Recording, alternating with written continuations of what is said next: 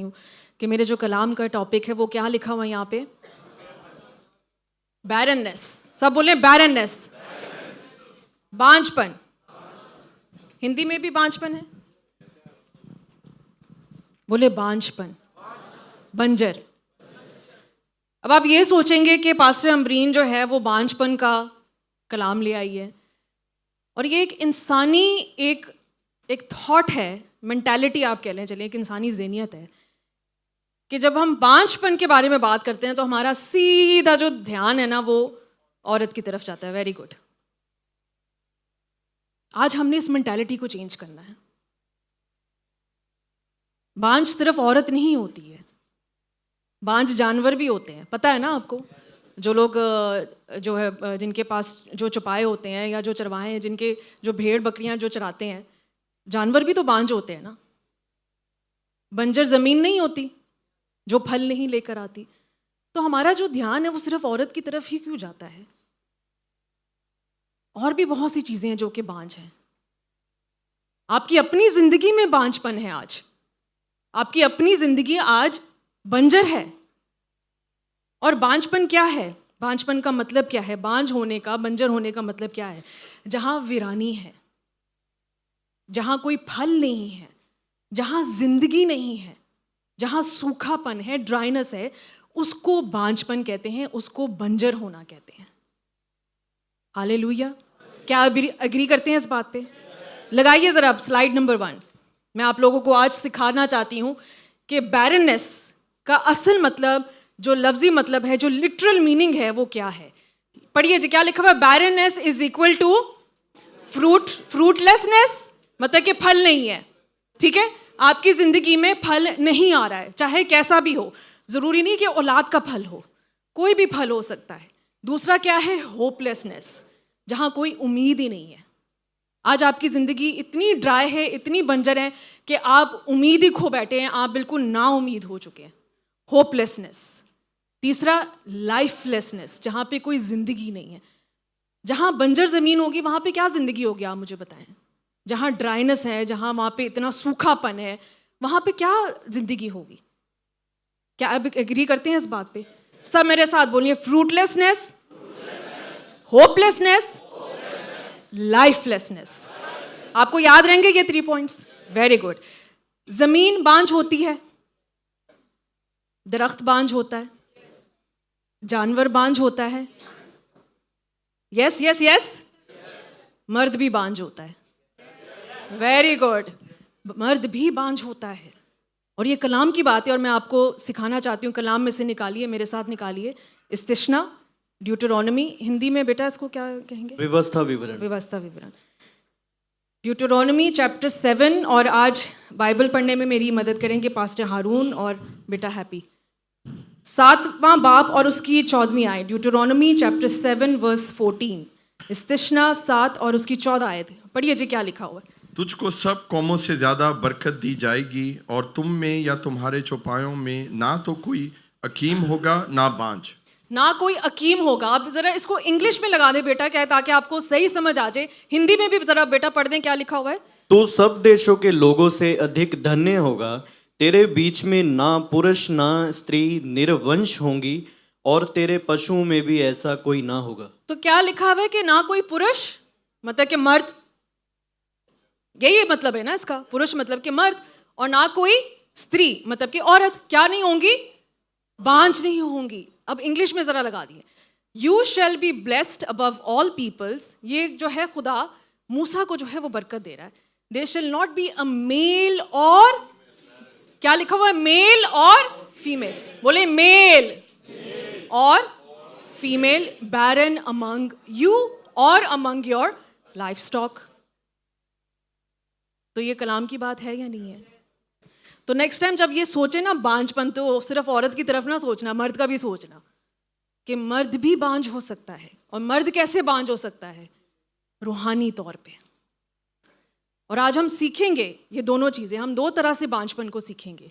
एक होता है जिस्मानी बांझपन, फिजिकल बांझपन, कि हम बच्चा नहीं कंसीव कर पा रहे हैं। और एक होता है स्पिरिचुअल बांझपन, कि आज हमारी रूहानी ज़िंदगी में कोई फल नहीं है, इसलिए हमारी जिस्मानी ज़िंदगी में भी कोई बरकत नहीं आ रही। मैं हमेशा अपनी बच्चियों को और अपने बच्चों को समझाती हूँ कि जो हमारी रूहानी ज़िंदगी में हो रहा है ना, वो हमारी फिजिकल जिस्मानी ज़िंदगी पे रिफ्लेक्ट करता है। आपको याद है प्रेग्नेंट विद सिन कलाम जो मैंने दिया था? मैंने क्या कहा था कि जब आप गुनाह करते हो तो वो आपकी शक्ल पे आता है ना। तो इसी तरह जब आपकी ज़िंदगी में अच्छे फल होंगे तो वो ऑटोमेटिकली आपकी जिस्मानी ज़िंदगी में जो है वो दिखाई देंगे। जैसे जो लोग चर्च आते हैं रेगुलरली, कलाम को सुनते हैं, अपनी दयाकी दे रहे हैं, वो इट इज़ सो एविडेंट कि खुदा उनकी ज़िंदगियों में काम कर रहा है। जब यहाँ पे गवाहियाँ आती हैं, वो गवाहियाँ क्यों आती हैं? क्योंकि उनकी रूहानी ज़िंदगी में कोई बांझपन नहीं है, उनकी रूहानी ज़िंदगी फलदार है। इसलिए खुदा ने उनको जिस्मानी तौर पे वो एक रिवॉर्ड दिया है, ताकि आप लोगों को बता सके कि हमारा जो खुदा है वो ब्लेसिंग्स देता है। आमीन। तो हमें पहले अपनी रूहानी ज़िंदगी को सुधारने की ज़रूरत है, अगर आप चाहते हैं कि जिस्मानी ज़िंदगी में आपकी ज़िंदगी में फल आए। हालेलुया। क्या आप तैयार हैं? जैसे कि मैंने आपको कहा कि ये जो कलाम है ये मेरा अपना एक पर्सनल एक्सपीरियंस है। मैं बांझ थी, मैं इस चीज़ से गुजरी हूँ, मैं इस प्रोसेस से गुजरी हुई हूँ। और आज मैं आपको बताना चाहती हूँ कि ये जो बांझपन है, जो एक औरत जो कंसीव नहीं कर पाती है, जो एक कपल कंसीव नहीं कर पाता है, ये आप यकीन जाने एक बीमारी बन चुकी है। It's considered as a disease. उसको एक बीमार के तौर पे देखा जाता है। और हम क्यों जाते हैं डॉक्टर के पास उसका इलाज करवाने? क्योंकि ये एक बीमारी है। मगर इसके साथ साथ ये और भी बहुत सी चीज़ें हैं। और जैसे मैंने कि आपको कहा कि ये स्पिरिचुअल बैरनेस भी है। यहाँ पे मैं आपको 2 स्लाइड्स यहाँ पे दिखाना चाहती हूँ, मेरे साथ निकालें, दिखाएं यहाँ पे। फिजिकल, जैसे मैंने आपको कहा फिजिकल बैरनेस, हम 2 चीज़ें सीखेंगे आज। क्या चीज़ें सीखेंगे? फिजिकल बैरनेस और स्पिरिचुअल बैरनेस। फिजिकल क्या है? Inability to produce offspring, commonly used to describe a woman और female animal who can not conceive. मतलब कि जो औरत बच्चा नहीं दे सकती उसको जिस्मानी तौर पे बांझ कहा जाता है। दूसरी मिसाल क्या है? Land that is infertile and unable to produce crops और वेजिटेशन। जैसे मैंने कहा कि ज़मीन बांझ होती है, बंजर ज़मीन जिसको आप कह लें, जो कि ना तो वहाँ पे सब्जी आ रही है, ना कोई फल आ रहा है, ना कोई दरख्त उग रहा है। दूसरी स्लाइड लगाइएगा।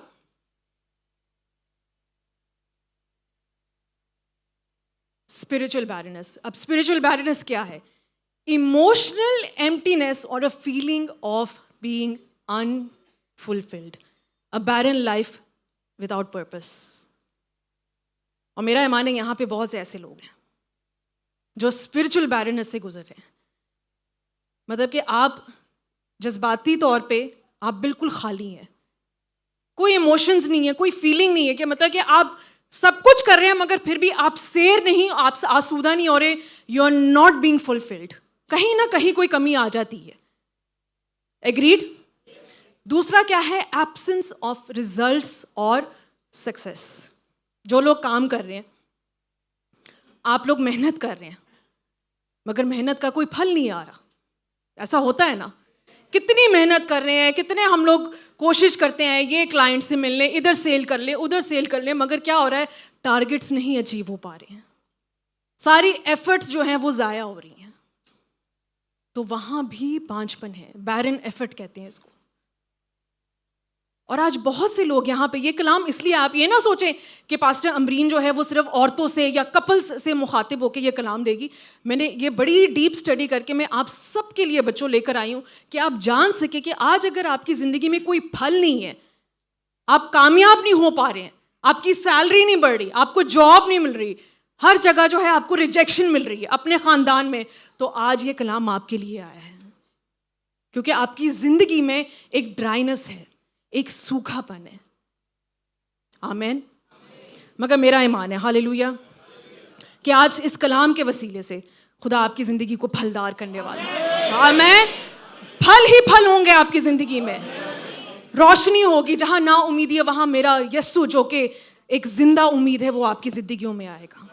और सारी बेरौनकी, सारी नाउमीदी, सारी तारीकी आज जो है तब्दील होने वाली है, अगर आज इस कलाम को रिसीव करें। आज आप जानते हैं कि बैरनेस, जैसे मैंने बताया, एक बांझपन जो है ये एक बहुत एक कॉमन प्रॉब्लम बन चुकी है। कितने फर्टिलिटी सेंटर्स खुले हुए हैं, पाकिस्तान में भी हैं, अब तो इंडिया में भी हैं। और लोग जाते हैं वहाँ पे अपना ट्रीटमेंट कराते हैं। देखिए, इलाज कराना कोई बुरी बात नहीं है, मगर इस इलाज की जो बीमारी की जो जड़ है, हमें वो पकड़नी है आज, और उस जड़ को हमने जो है वो उखाड़ना है यीशु के नाम में। क्योंकि मेरा और आपका जिंदा खुदा जो कि एक हीलिंग सेंटर है, वो यहाँ पे मौजूद है। हालेलुया, हालेलुया, यीशु के जलाल के लिए बजा रहे हैं। हालेलुया। मेरी आप लोगों से एक रिक्वेस्ट है, देखें, आप ये ना सोचें कि आज का ये कलाम मेरे लिए नहीं है। आपके घर में बहनें हैं, भाभियाँ हैं, आपकी अपनी बेटियाँ हैं, आपकी बहू हैं, ये कलाम उनके लिए रिसीव करें। आज इस ब्लेसिंग को ना आपने कैरी करके लेके जाना है। हालेलुया। किसी के लिए आज शिफायत करें आज आप। मुझे याद है कि जब मैं 2018 की बात है कि मैरिलिन हिक्की का यहाँ पे क्रूसेड हुआ था शारजा वर्शिप सेंटर में। तो खैर उनका तर्जमा भी हो रहा था, तो मैं आगे बैठी हुई थी और मेरे पीछे ना मेरे आगे ना एक बहुत बुजुर्ग सी एक औरत बैठी हुई थी और मेरे साथ ना कुछ जवान बच्चियाँ यहाँ पे बैठी हुई थी। तो जब उन्होंने दुआ करना शुरू की बांझ औरतों के लिए, तो वो औरत खड़ी हो गई। अब नेचुरली जब वो औरत खड़ी हो गई तो वो जो लड़कियां वो हंसना शुरू हो गई कि उसको शायद समझ नहीं आ रही, हालांकि तर्जुमा भी हो रहा था कि उसको समझ नहीं आ रही कि ये औरत क्यों खड़ी हो गई है, बुढ़ी है। तो उन्होंने मुझे कहा कि बाजी आप उनको बताएं, उनको समझाएं। तो मैंने उनको बोला, मैंने कहा आंटी जी आपको शायद समझ नहीं आई है, वो कह रही हैं कि जो बांझ औरतें हैं वो खड़ी हो जाए। तो वो कहती है बेटा मैं ना, मुझे पता है, कहती है मैं पाकिस्तान से ख़ास यहाँ पे आज आई हूँ, कहती है मेरी जो बहू है वो बांझ है, मैं उसकी जगह पे खड़े होकर दुआ कर रही हूँ।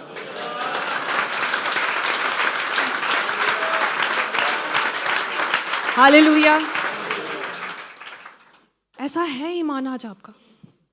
और यकीन जाने में इतनी शर्मिंदा हुई और मैं साथ साथ रो भी रही। मैंने कहा कि इस औरत के ईमान को सलाम कि वो अपनी बहू के बिहाफ पे, वो कहती मेरी बहू किसी मजबूरी के तहत नहीं आ सकी, तो मैं पाकिस्तान से स्पेशली यहाँ आई हूँ कि मैं आज उस ब्लेसिंग को लेके जाऊँगी। और मेरा ईमान है कि उस औरत ने ज़रूर उस ब्लेसिंग को रिसीव किया।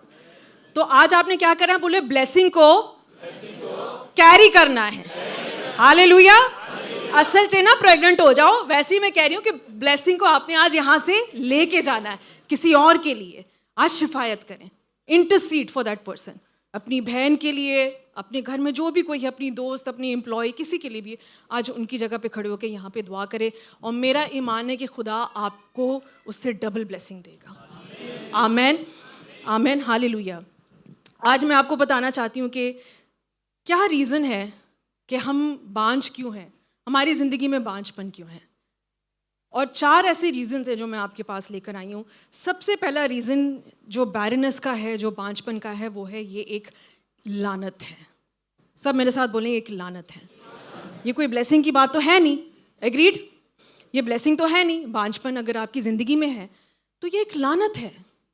और ये लानत कैसे है, स्पेशली उन लोगों के लिए जो कि जिन्होंने मसीह को अपनी ज़िंदगी में नया नया एक्सेप्ट किया, मगर क्या हुआ कि उन्होंने अपने जनरेशनल कर्सेस को जो है अभी तक कैंसिल नहीं किया, उस ब्लड लाइन को उन्होंने कैंसिल नहीं किया है। तो आज अजीज़ों आपको ज़रूरत है कि सबसे पहले आपने इस लानत को आज आपने ब्रेक करना है यीशु के नाम में। आमीन। इस कर्स को आपने ब्रेक करना है। ये जनरेशन टू जनरेशन चलती है, जेनेटिक्स जिसको कहते हैं, जिनकी जीन्स में होती है।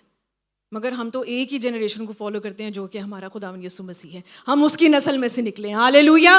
तो हमारी जो आने वाली नस्ल भी होगी वो भी बाबरकत होगी, वो ब्लेस्ड होगी। दूसरी रीज़न क्या है, और बहुत आम है ये, और इस पर मैं ज़रा थोड़ा ज़्यादा वाज़े करके बोलूँगी क्योंकि ये होता है। दूसरी रीज़न हमारी ज़िंदगी में बांझपन, चाहे वो जिस्मानी हो चाहे वो रूहानी हो, कहीं से भी वो अफेक्ट हो रहा हमारी ज़िंदगी में, वो है हमारी ज़ुबान। याकूब की जो पत्री है उसकी 3 बाब की 8 आयत में लिखा, निकालना नहीं, ज़ुबान ज़हर कातिल से भरी हुई है। और अब मेरे साथ एक वर्स निकालें, इमसाल 18 बाब और उसकी 21 आयत। Proverbs chapter 18 verse 21। इमसाल 18-21। मौत और जिंदगी जुबान के काबू में है, और जो उसे दोस्त रखते हैं उसका फल खाते हैं। मौत और जिंदगी किसके काबू में है? इब्लीस के काबू में है, खुदा के काबू में है? बोले मेरे साथ, किसके काबू में है? बोले जुबान के काबू में है। और जो उससे दोस्त रखते हैं क्या करते हैं? उसका फल खाते हैं। हम अपनी ही जुबान से अपनी ब्लेसिंग का गला दबा देते हैं। भला कैसे? बहुत प्यारे रीजंस हैं जो मैं आपके सामने लेकर आई हूं, जो मैं आपको बताना चाहती हूँ। सबसे बड़ी जो प्रॉब्लम जो होती है एक शादीशुदा कपल में, वो होता है कि जो हस्बैंड होता है ना, उसको सबसे ज़्यादा जो है ना वो प्रॉब्लम होती है कि हाली बच्चे की ज़रूरत नहीं है। उस पॉइंट पे भी आएंगे हम। सबसे पहला रीज़न जो मर्द हजरात जो बोलते हैं, क्योंकि मैं आपको अपना एक्सपीरियंस बताती हूँ, मैं आप बोला है ना दिस इज़ माई एक्सपीरियंस, और ये बातें मैंने खुद सुनी हुई हैं और मैंने खुद इन पे एग्री भी किया हुआ है। इसलिए I had to suffer through barrenness, इसलिए मुझे उस प्रोसेस के, उस तकलीफ के थ्रू गुजरना पड़ा, क्योंकि हम खुद अपनी ही ज़ुबान से अपने आप को लान तान कर देते हैं, अपनी ब्लेसिंग को मार देते हैं। कलाम में साफ लिखा है, जो उसको दोस्त मानता है वो उसका फल खाता है। और जिंदगी और मौत किसके हाथ में है? जुबान के हाथ में। सबसे पहला रीज़न जो हमें सुनने को मिलता है, और ये जाने अनजाने में हम बोलते हैं, ये नहीं कि कोई हमारी इंटेंशन होती है, ये जाने अनजाने में स्लिप ऑफ द टंग, कहते हैं ना स्लिप ऑफ द टंग हो गया, ये वो स्लिप ऑफ द टंग ही है। और मैं स्पेशली उन लोगों से भी आज बात कर रही हूँ जो कि एंगेजमेंट में भी हैं, जो एंगेज्ड हैं, जिन्होंने पहले से ही जो है वो प्री प्लान्स बना के रखे हुए हैं कि अभी शादी होनी है तो क्या करना है, क्या नहीं करना। तो ये गौर से सुने, सबसे पहला रीज़न, हम अभी फाइनेंशियली स्ट्रांग नहीं हैं, है ना? मुझे भी यही मिला था, इट्स नथिंग न्यू बेटा। 15 साल पहले भी यही सुना था मैंने। मुझे अपने भाई या बहन की पढ़ाई कंप्लीट करवानी है, उनकी शादी करवानी है, एग्रीड। बच्चा एक बहुत बड़ी जिम्मेदारी है, पैम्पर्स, दूध, पढ़ाई सब कैसे करेंगे?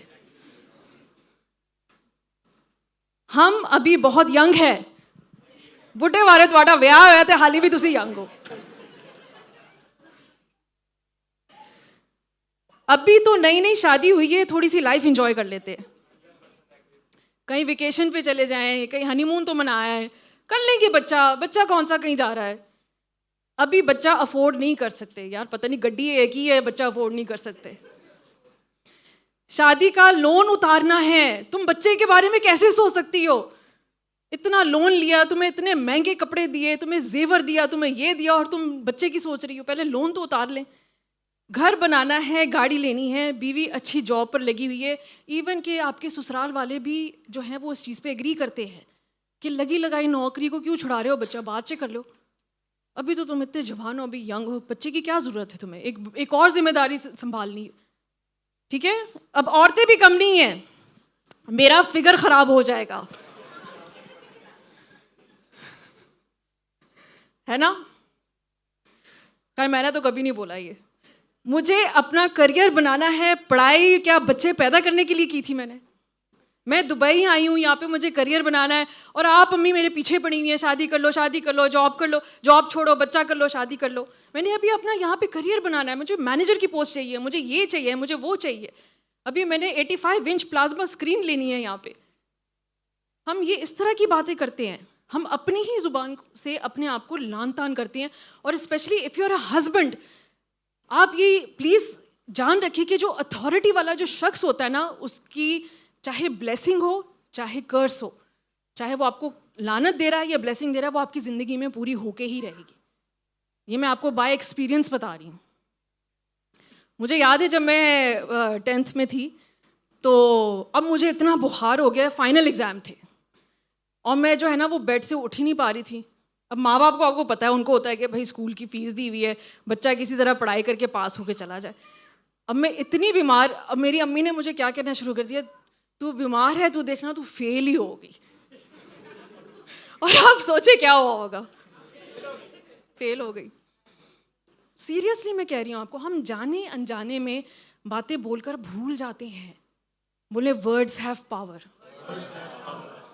बहुत सोच समझ के बोलें कि आप क्या बोल रहे हैं। और स्पेशली मैं आप लोगों से भी कह रही हूँ जो सिंगल्स हैं यहाँ पे, जिनकी अभी तक शादी नहीं हुई है, जो आप करियर बनाने आए हैं अपना, आप जो कहते हैं कि मैं तो कभी टारगेट अचीव ही नहीं कर सकता, इतनी कोशिश कर ली है, मैं तो इसी जॉब में जो है ना गर्क हो जाऊंगा, मैंने सारी ज़िंदगी यही काम करना है। और स्पेशली मैं आप लड़कियों से, यंग फीमेल से, क्योंकि मुझे पता है आप लोग बाद में आके फिर मेरा जो है ना वो मुझे तंग करते हैं, परेशान करते हैं, मेरी शादी नहीं हो रही। यस और नो? क्यों नहीं हो रही है बताएं मुझे, क्या रीज़न हो सकता है? अम्मी मैंने अभी शादी नहीं करनी, मुझे अभी करियर बनाना है, मुझे अभी जॉब करनी है, पता नहीं मुझे कैसा लड़का मिलता है, शायद मुझे ही उसको पालना पड़े। मैं आपको सच बता रही हूं, जैसे मैंने आपको बोला ये पर्सनल एक्सपीरियंसेस हैं। और फिर सबसे बड़ी आजकल क्या, और जो लड़कियां हैं उन्होंने ठेका उठाया हुआ है पूरे ख़ानदान का कि नहीं हमारा पूरा ख़ानदान जो है मैंने अभी उसको संभालना है, मैं उनको जो है वो पढ़ा रही हूँ, उनकी जो है वो अब्बू मेरे काम नहीं कर सकते। आप खुदा को इतना छोटा समझते, खुदा पे कोई भरोसा नहीं है आप लोगों का। खुदा पे भरोसा तो करके देखें, जिस खुदा ने आपको यहाँ लेकर आया ना वो आपको ब्लेसिंग्स ही ब्लेसिंग्स देने की कुदरत रखता है। आमीन। इसलिए अजीज़ों आज इस वर्स को अपने गले लगा लें। प्रोवर्ब्स 18:21, सब बोले इमसाल 18:21। ये याद रहेगी आपको ज़िंदगी भर कि आप बोलने से पहले हमेशा सोचेंगे कि मैं क्या बोल रहा हूँ और क्या नहीं बोल रही हूँ।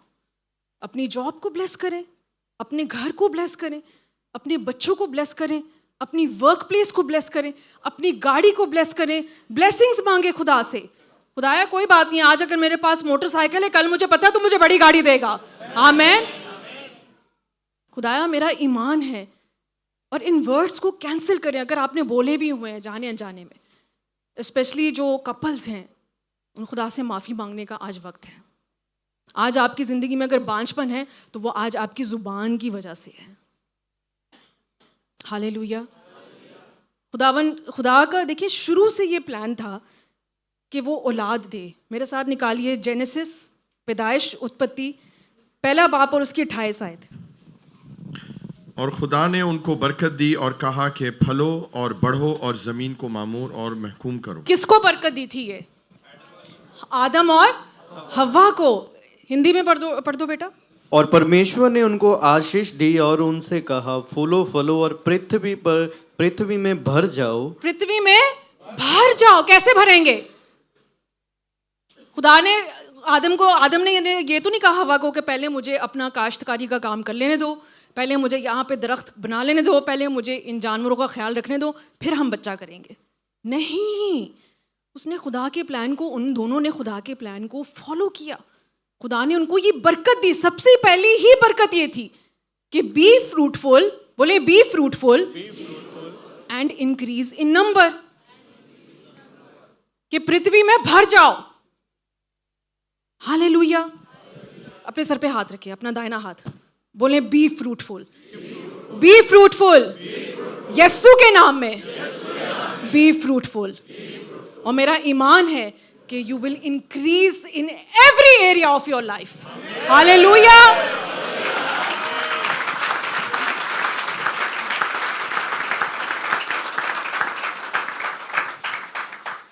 चाहे आपकी जॉब है, चाहे कोई भी आपकी एरिया, कोई भी फेज़ है आपकी ज़िंदगी में, खुदा आज आपको वहाँ पे बढ़ोतरी देने वाला है। आमीन। क्या आप ईमान रखते हैं? मेरा ईमान है, मेरा ये ईमान है कि आपकी ज़िंदगी आज के बाद फलदार होने वाली है। You are going to be fruitful in the name of Jesus.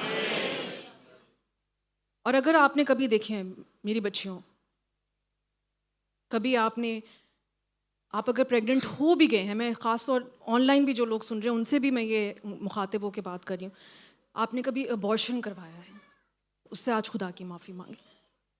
Birth control pills, contraceptive pills, आपको पता है आप जाते हैं डॉक्टर के पास, आप बर्थ कंट्रोल पिल्स लेते हैं, 2 साल के बाद अगर आप उसको बंद करें ना और आप कंसीव करने की कोशिश करते हैं, आपके मिसकैरेजेस हो जाते हैं। इतनी इसकी जो है ना वो पोटेंसी होती है आपका यूट्रस ख़राब करने की। अगर आप लोगों ने बर्थ कंट्रोल पिल्स लिए हैं, बर्थ कंट्रोल इंजेक्शंस लिए हैं, किसी की अबॉर्शन करवाने में मदद की है, तो खुदा से माफ़ी मांगे। ये खुदा का प्लान नहीं है।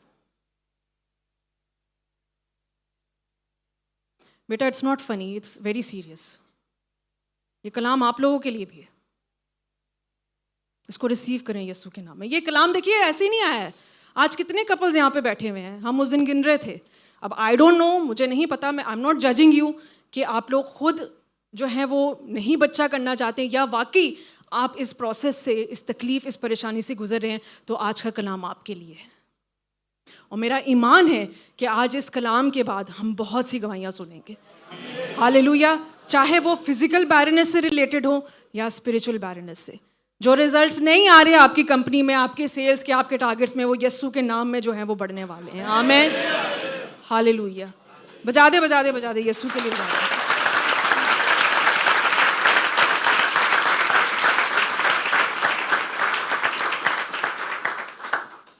देखिए, शादी डिले कर दें, बच्चा डिले ना करें। गॉड हैज़ अ पर्पस, और खुदा का एक टाइम है, वो सही टाइम पे देगा, सही टाइम पे बच्चा आपको देगा, और वो बच्चा अपनी ब्लेसिंग खुद लेकर आएगा।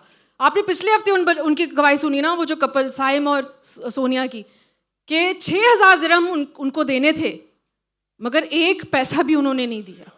तो जो बच्चा होता है वो अपनी ब्लेसिंग खुद लेकर आता है। मुझे याद है जब शयान होने वाला था, तब हमारी फाइनेंशियल हालत बहुत कमज़ोर थी। हमारे पास एक गाड़ी थी, निसान सनी। उसका जब हम थी तो ऑटोमेटिक, मगर जब भी वो चलाते थे ना तो उसका गियर जो था ना वो फंस जाता था। तो वो गाड़ी जो है ना वो बीच में रोड पे ही जो है ना वो बंद हो जाती थी। अब हमें ये भी था कि मैं प्रेग्नेंट हूँ और जो है वो खर्चे भी पूरे करने हैं। क्या आप सोच सकते हैं, जून में शयान हुआ, जनवरी में पास्टर साहब को नई जॉब मिली, डबल द सैलरी, और जून में जब शयान हुआ तो हमें brand new Toyota Corolla 0 metre गाड़ी हमें मिली थी।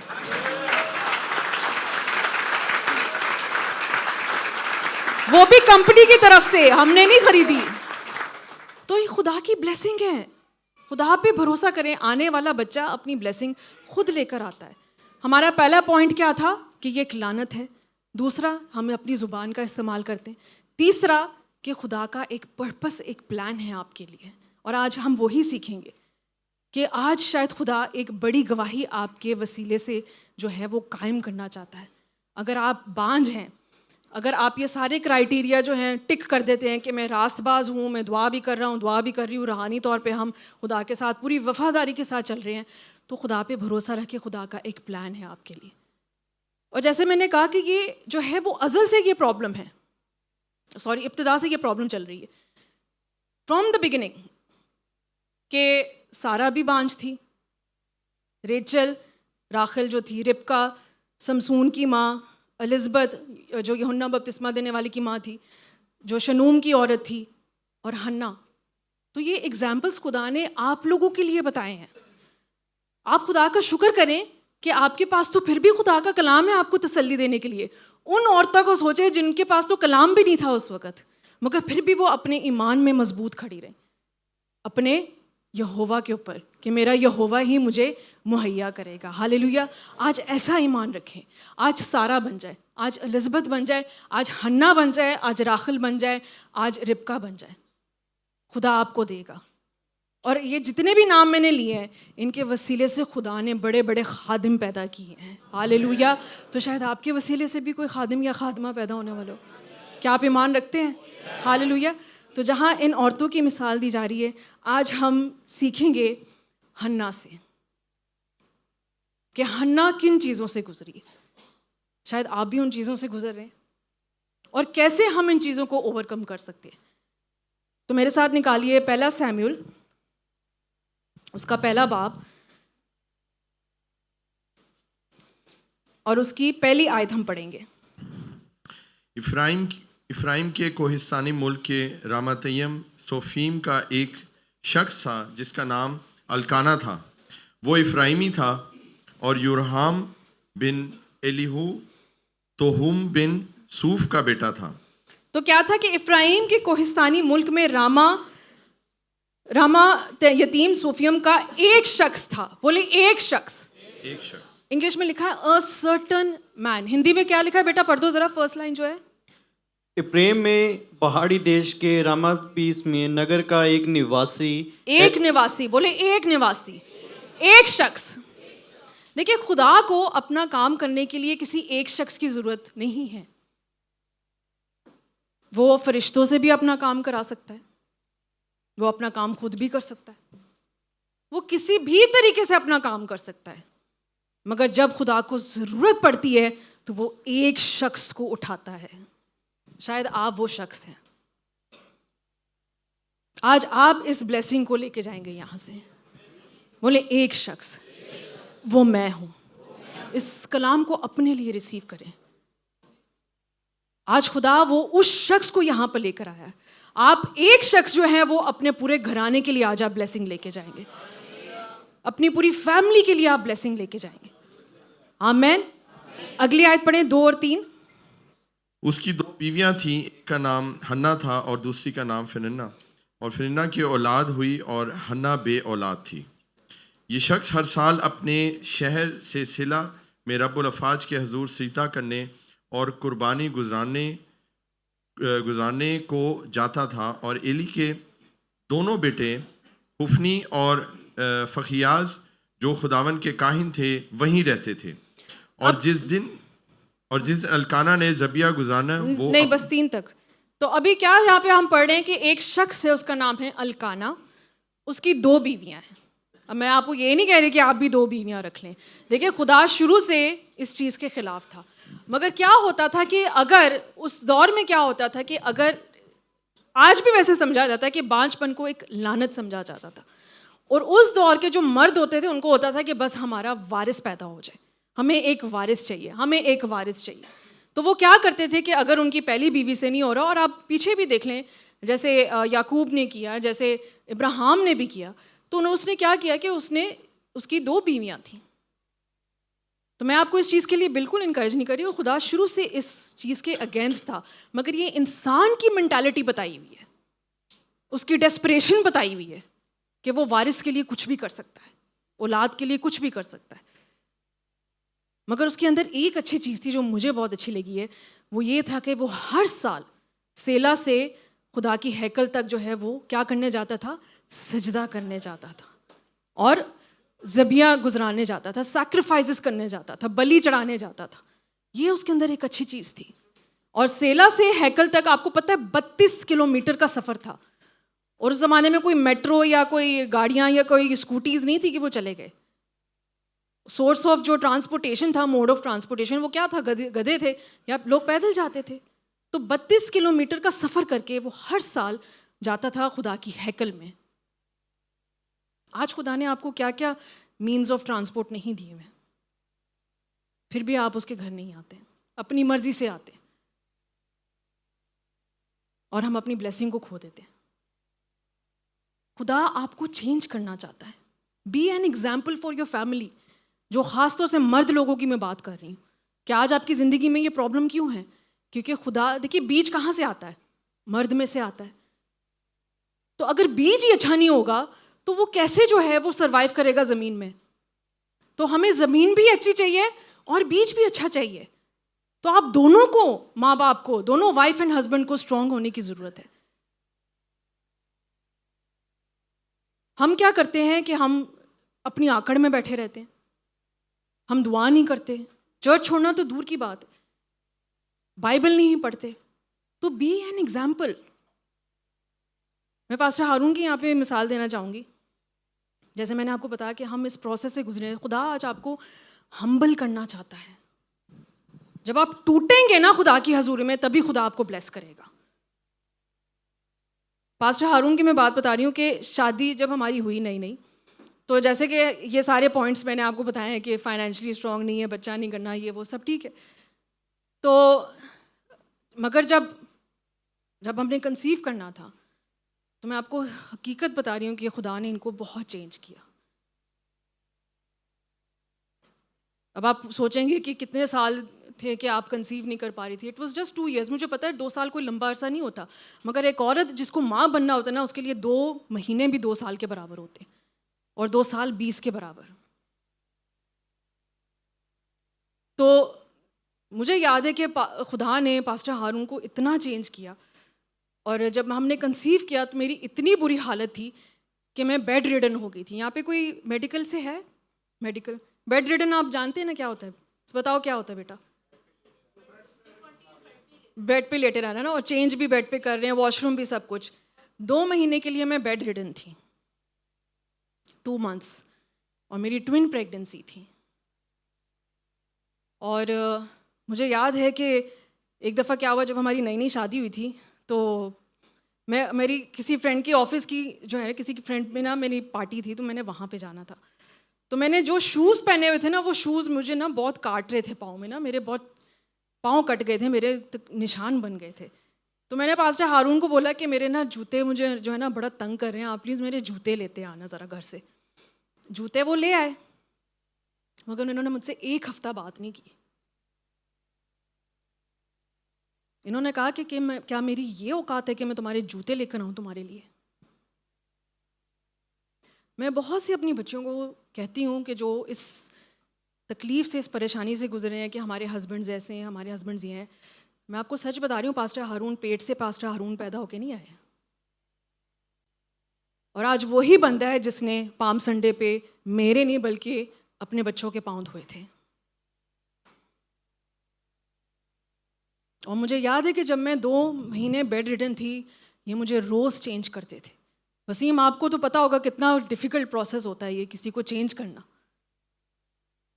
तो अजीज़ों, खुदा आज आपसे यही चाहता है कि पहले अपने आप को हम्बल करें, हलीम करें खुदा के आगे, अपने आप को तोड़ें,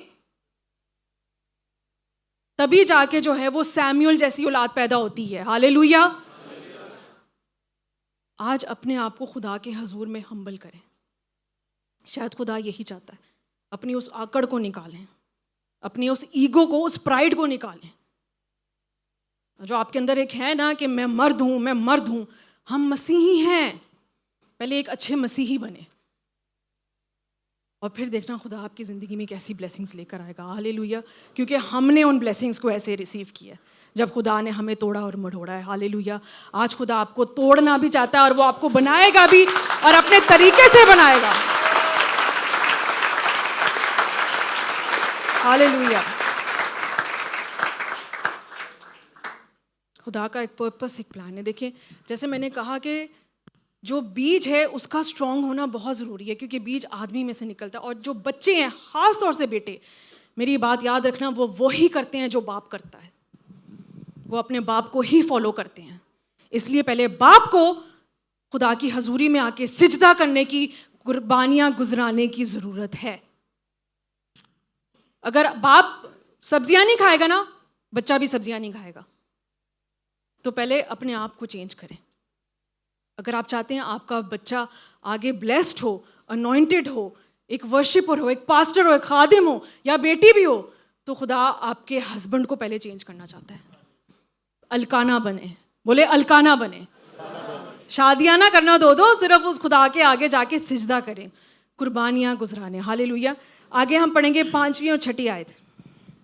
और जिस दिन अलकाना जबिया गुजरानता, वो अपनी बीवी फनन्ना को और उसके सब बेटे बेटियों को हिस्सा देता था, और हन्ना को दुना हिस्सा दिया करता था, इसलिए कि वो हन्ना को चाहता था, लेकिन खुदावन ने उसका रहम बंद कर रखा था। हालेलुया। खुदावन ने उसका रहम बंद कर रखा था। हर चीज़ इब्लीस पे ना डाला करें।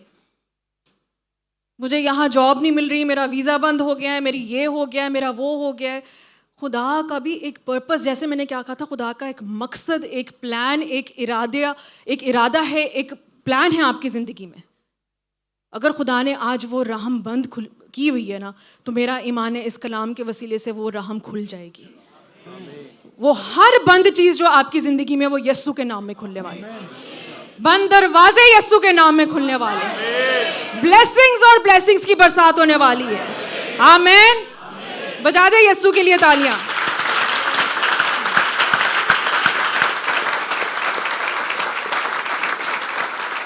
सातवीं आयत पढ़ देना। उसकी सौत उसे कुढ़ाने के लिए बेतरह छेड़ती थी, क्योंकि खुदावन ने उसके रहम को बंद कर रखा था, और चूंकि वो साल बसाल ऐसा ही किया करता था जब वो खुदावन के घर जाती थी। इसलिए फनन्ना उसे छेड़ती थी, चुनाचे वो रोती और खाना ना खाती थी। सो उसके खामिन बस। अल्काना। तो मतलब कि इस तरह के लोग तो हमेशा हमारी ज़िंदगी में होते ही हैं। सौत की तो ज़रूरत ही नहीं है हमें, हमारे रिश्तेदार ही काफ़ी है हमें बातें सुनाने के लिए, है ना। तुम्हारे बच्चा क्यों नहीं हो रहा है, ज़रूर तुमने ये किया होगा। तुम्हारी कभी भी शादी नहीं हो सकती, तुम ज़िंदगी में कभी नहीं सेटल हो पाओगे। अपने बहन भाई उठ के जो है ना वो बातें करना शुरू कर देते हैं। तुम्हारा एटीट्यूड ऐसे ना, इसलिए देखो तो खुदा तुम्हें बच्चा भी नहीं दे रहा है। चढ़ाने के लिए, कुड़ाने के लिए लोग आपको ऐसी बातें करते हैं, और इब्लीस भी यही करता है आपकी ज़िंदगी में। आपको चढ़ाता है, आपको कुड़ाता है। और कलाम में क्या लिखा है कि वो उसके आगे, जब वो खाते पीते थे तो वो उसके आगे क्या लेता था, दुगना लेकर आता था हन्ना के आगे, उसका जो हस्बैंड होता था। मगर वो क्या करती थी कि चुनाचे वो रोती और खाना ना खाती थी। आज भी अजीज़ों, हम शायद यहाँ पे आए हैं, पता नहीं हमारी शायद किससे मुंह मारी हो, किससे लड़ाई हुई हो, किससे झगड़ा हो, किसी ने हमें तंग किया हो, किसी ने हमें ऑफेंड किया हो, किसी ने हमें छेड़ा हो। हम अभी भी उस सोच में पड़े हुए हैं कि मैं वापस जाके उसको ये जवाब दूंगा, और हम इस प्रोसेस में अपनी उस डबल पोर्शन को खो देते हैं। खुदा ने आपके आगे दुगना रखा है हिस्सा, मगर हम अपनी नफरत में, अपने गुस्से में, अपनी बिटरनेस में इतने मगन हैं कि हम उस डबल पोर्शन को नहीं लेते। हम उस डबल पोर्शन को रिजेक्ट कर देते हैं। हम अपने गम में, अपनी डिप्रेशन में इतने कोई मसरूफ होते हैं, हमारा ध्यान ही सिर्फ वहीं पे होता है, और इस वजह से हम चर्च भी नहीं आ पाते।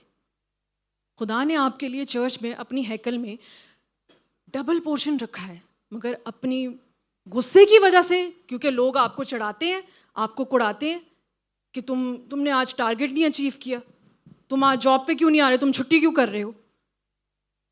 और इसी वजह से हमने अपनी डबल शिफ्ट करनी है, क्योंकि मैंने छुट्टी कर ली थी, इस वजह से हम अपनी डबल पोर्शन की ब्लेसिंग को खो देते हैं। इसमें खुदा को ना ब्लेम करें अजीज़ों, इट्स योर फॉल्ट, यह आपका कसूर है कि आज आपकी ज़िंदगी में अगर रूहानी बांझपन है तो वो इसी वजह से है क्योंकि खुदा आपके आगे डबल पोर्शन लेकर आता है और आप उसको रिसीव ही नहीं करने आते हो।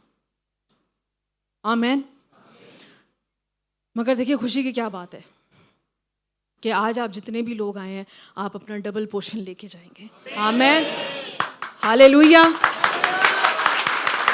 क्योंकि आप खुदा से मोहब्बत करते हैं, उसके कलाम से मोहब्बत करते हैं, तो आज आप अपना डबल पोर्शन यहाँ से लेके जाएंगे, मेरा ईमान है। आमीन। आगे पढ़े जी। उसके खाविंद अल्काना ने उससे कहा, नहीं, 9वीं आयत पढ़ दें बस, 9। और जब वो सेला में खा पी चुके तो हन्ना उठी। उस वक्त एली काहिन खुदावन की हैकल की चौखट के पास कुर्सी पर बैठा हुआ था और वो निहायत दिलगीर थी। सो खुदावन से दुआ करने और नहीं, सिर्फ 9 आयत। और जब वो सेला में खा पी चुकी तो हन्ना क्या हुआ, वो उठी। उस वक्त एली काहिन खुदावन की हैकल की चौखट के पास कुर्सी पर बैठा हुआ था। तो अगर यहाँ पे हैकल की बात हो रही है तो हन्ना उठ के कहाँ गई होगी? अपनी अम्मी के पास, अपनी बहन के पास। क्या किया उसने? हैकल के पास। यहाँ पे एक स्लाइड लगाई है। हम क्या करते हैं जब हमें कोई तंग करता है, जब हमें कोई छेड़ता है, तो हम सबसे पहले क्या करते हैं? अपना फोन उठाते हैं। तो आज मैं आपसे एक बात कहना चाहती हूँ, यहाँ पे लगाइए, बोले go to the throne before you go to the phone. Amen. कि पहले आप खुदा के पास जाओ, इससे पहले कि आप अपने फोन को उठाओ। एग्रीड? तो आपने ये नहीं करना अजीजों। इब्लीस आपको जितना चढ़ाए, जितना कुड़ाए, लोग आपको जितनी मर्जी बातें करे, आपने उठ के खुदा की हैकल में आना है। कोई लड़ाई झगड़ी, कोई बहस नहीं करनी है आपने। कोई आपको ताने दे रहा है, आप खामोश रहें। आपने हस्बैंड को कॉल नहीं करनी, बेबी तुम्हारी मम्मी ने मुझे ये कहा, इसलिए बेबी नहीं होता है कि हस्बैंड ही बेबी बने हुआ है।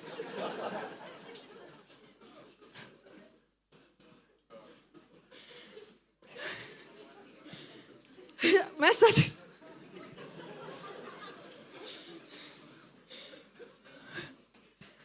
ਪਹਿਲੇ ਬੰਦੇ ਨੇ ਤਾਂ ਤੁਸੀਂ ਬੰਦਾ ਬਣਾਓ, ਬੇਬੀ ਬਣਾ ਕੇ ਰੱਖਿਆ है तो फिर बेबी कित्थों होगा, मैनू दसो। तो आपने कोई बहस नहीं करनी। क्या उसने ये कहा कि नहीं आज मेरा मूड बहुत ऑफ है, मेरी बहन ने मुझसे ये बातें कही हैं, मैं चर्च नहीं जाऊंगी? क्या उसने ये किया? नो। मुझे दुख यही तो होता है कि हम देखिए जब हमारे पे कोई प्रॉब्लम आती है तो हम खड़े होके इतनी बड़ी मिसालें दे देते हैं। देखिए इब्राहिम को भी तो खुदा ने 25 साल बाद दिया था, हन्ना को भी तो दिया है, मगर क्या आप हैं वाकई हन्ना सारा जैसे लोग? क्या आपका ईमान है ऐसा? क्या आपका रवैया, आपका किरदार है ऐसा? आपका कैरेक्टर, आपका स्वभाव है ऐसे इन जैसे लोगों जैसा? नहीं। इसलिए तो आप अपनी ब्लेसिंग से भी महरूम है। तो पहले हन्ना बने, बोले पहले हन्ना बने।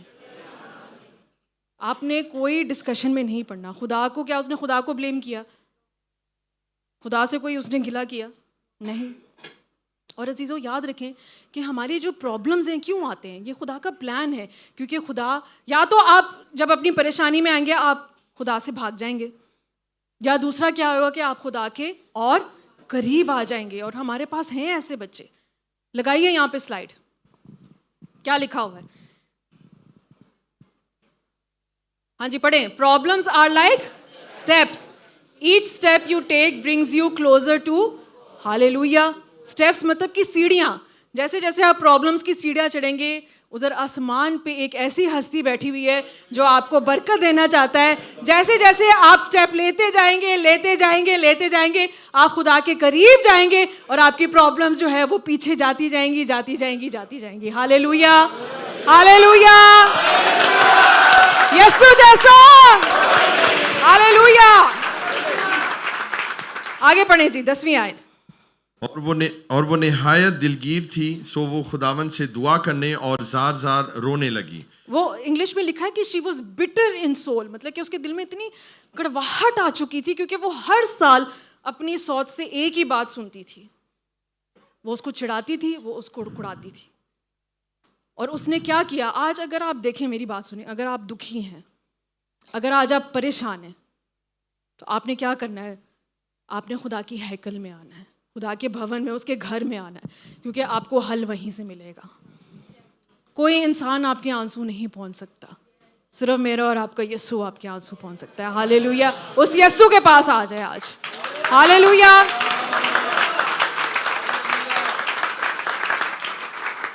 उसने क्या किया? वो दिल में इतनी हर्ट थी। हम क्या करते हैं? हम हर्ट होते हैं, हम दुखी होते हैं, हम चर्च छोड़ देते हैं, खुदा से नाराज हो जाते हैं, दुआ करना छोड़ देते हैं, चर्च तो दूर की बात है।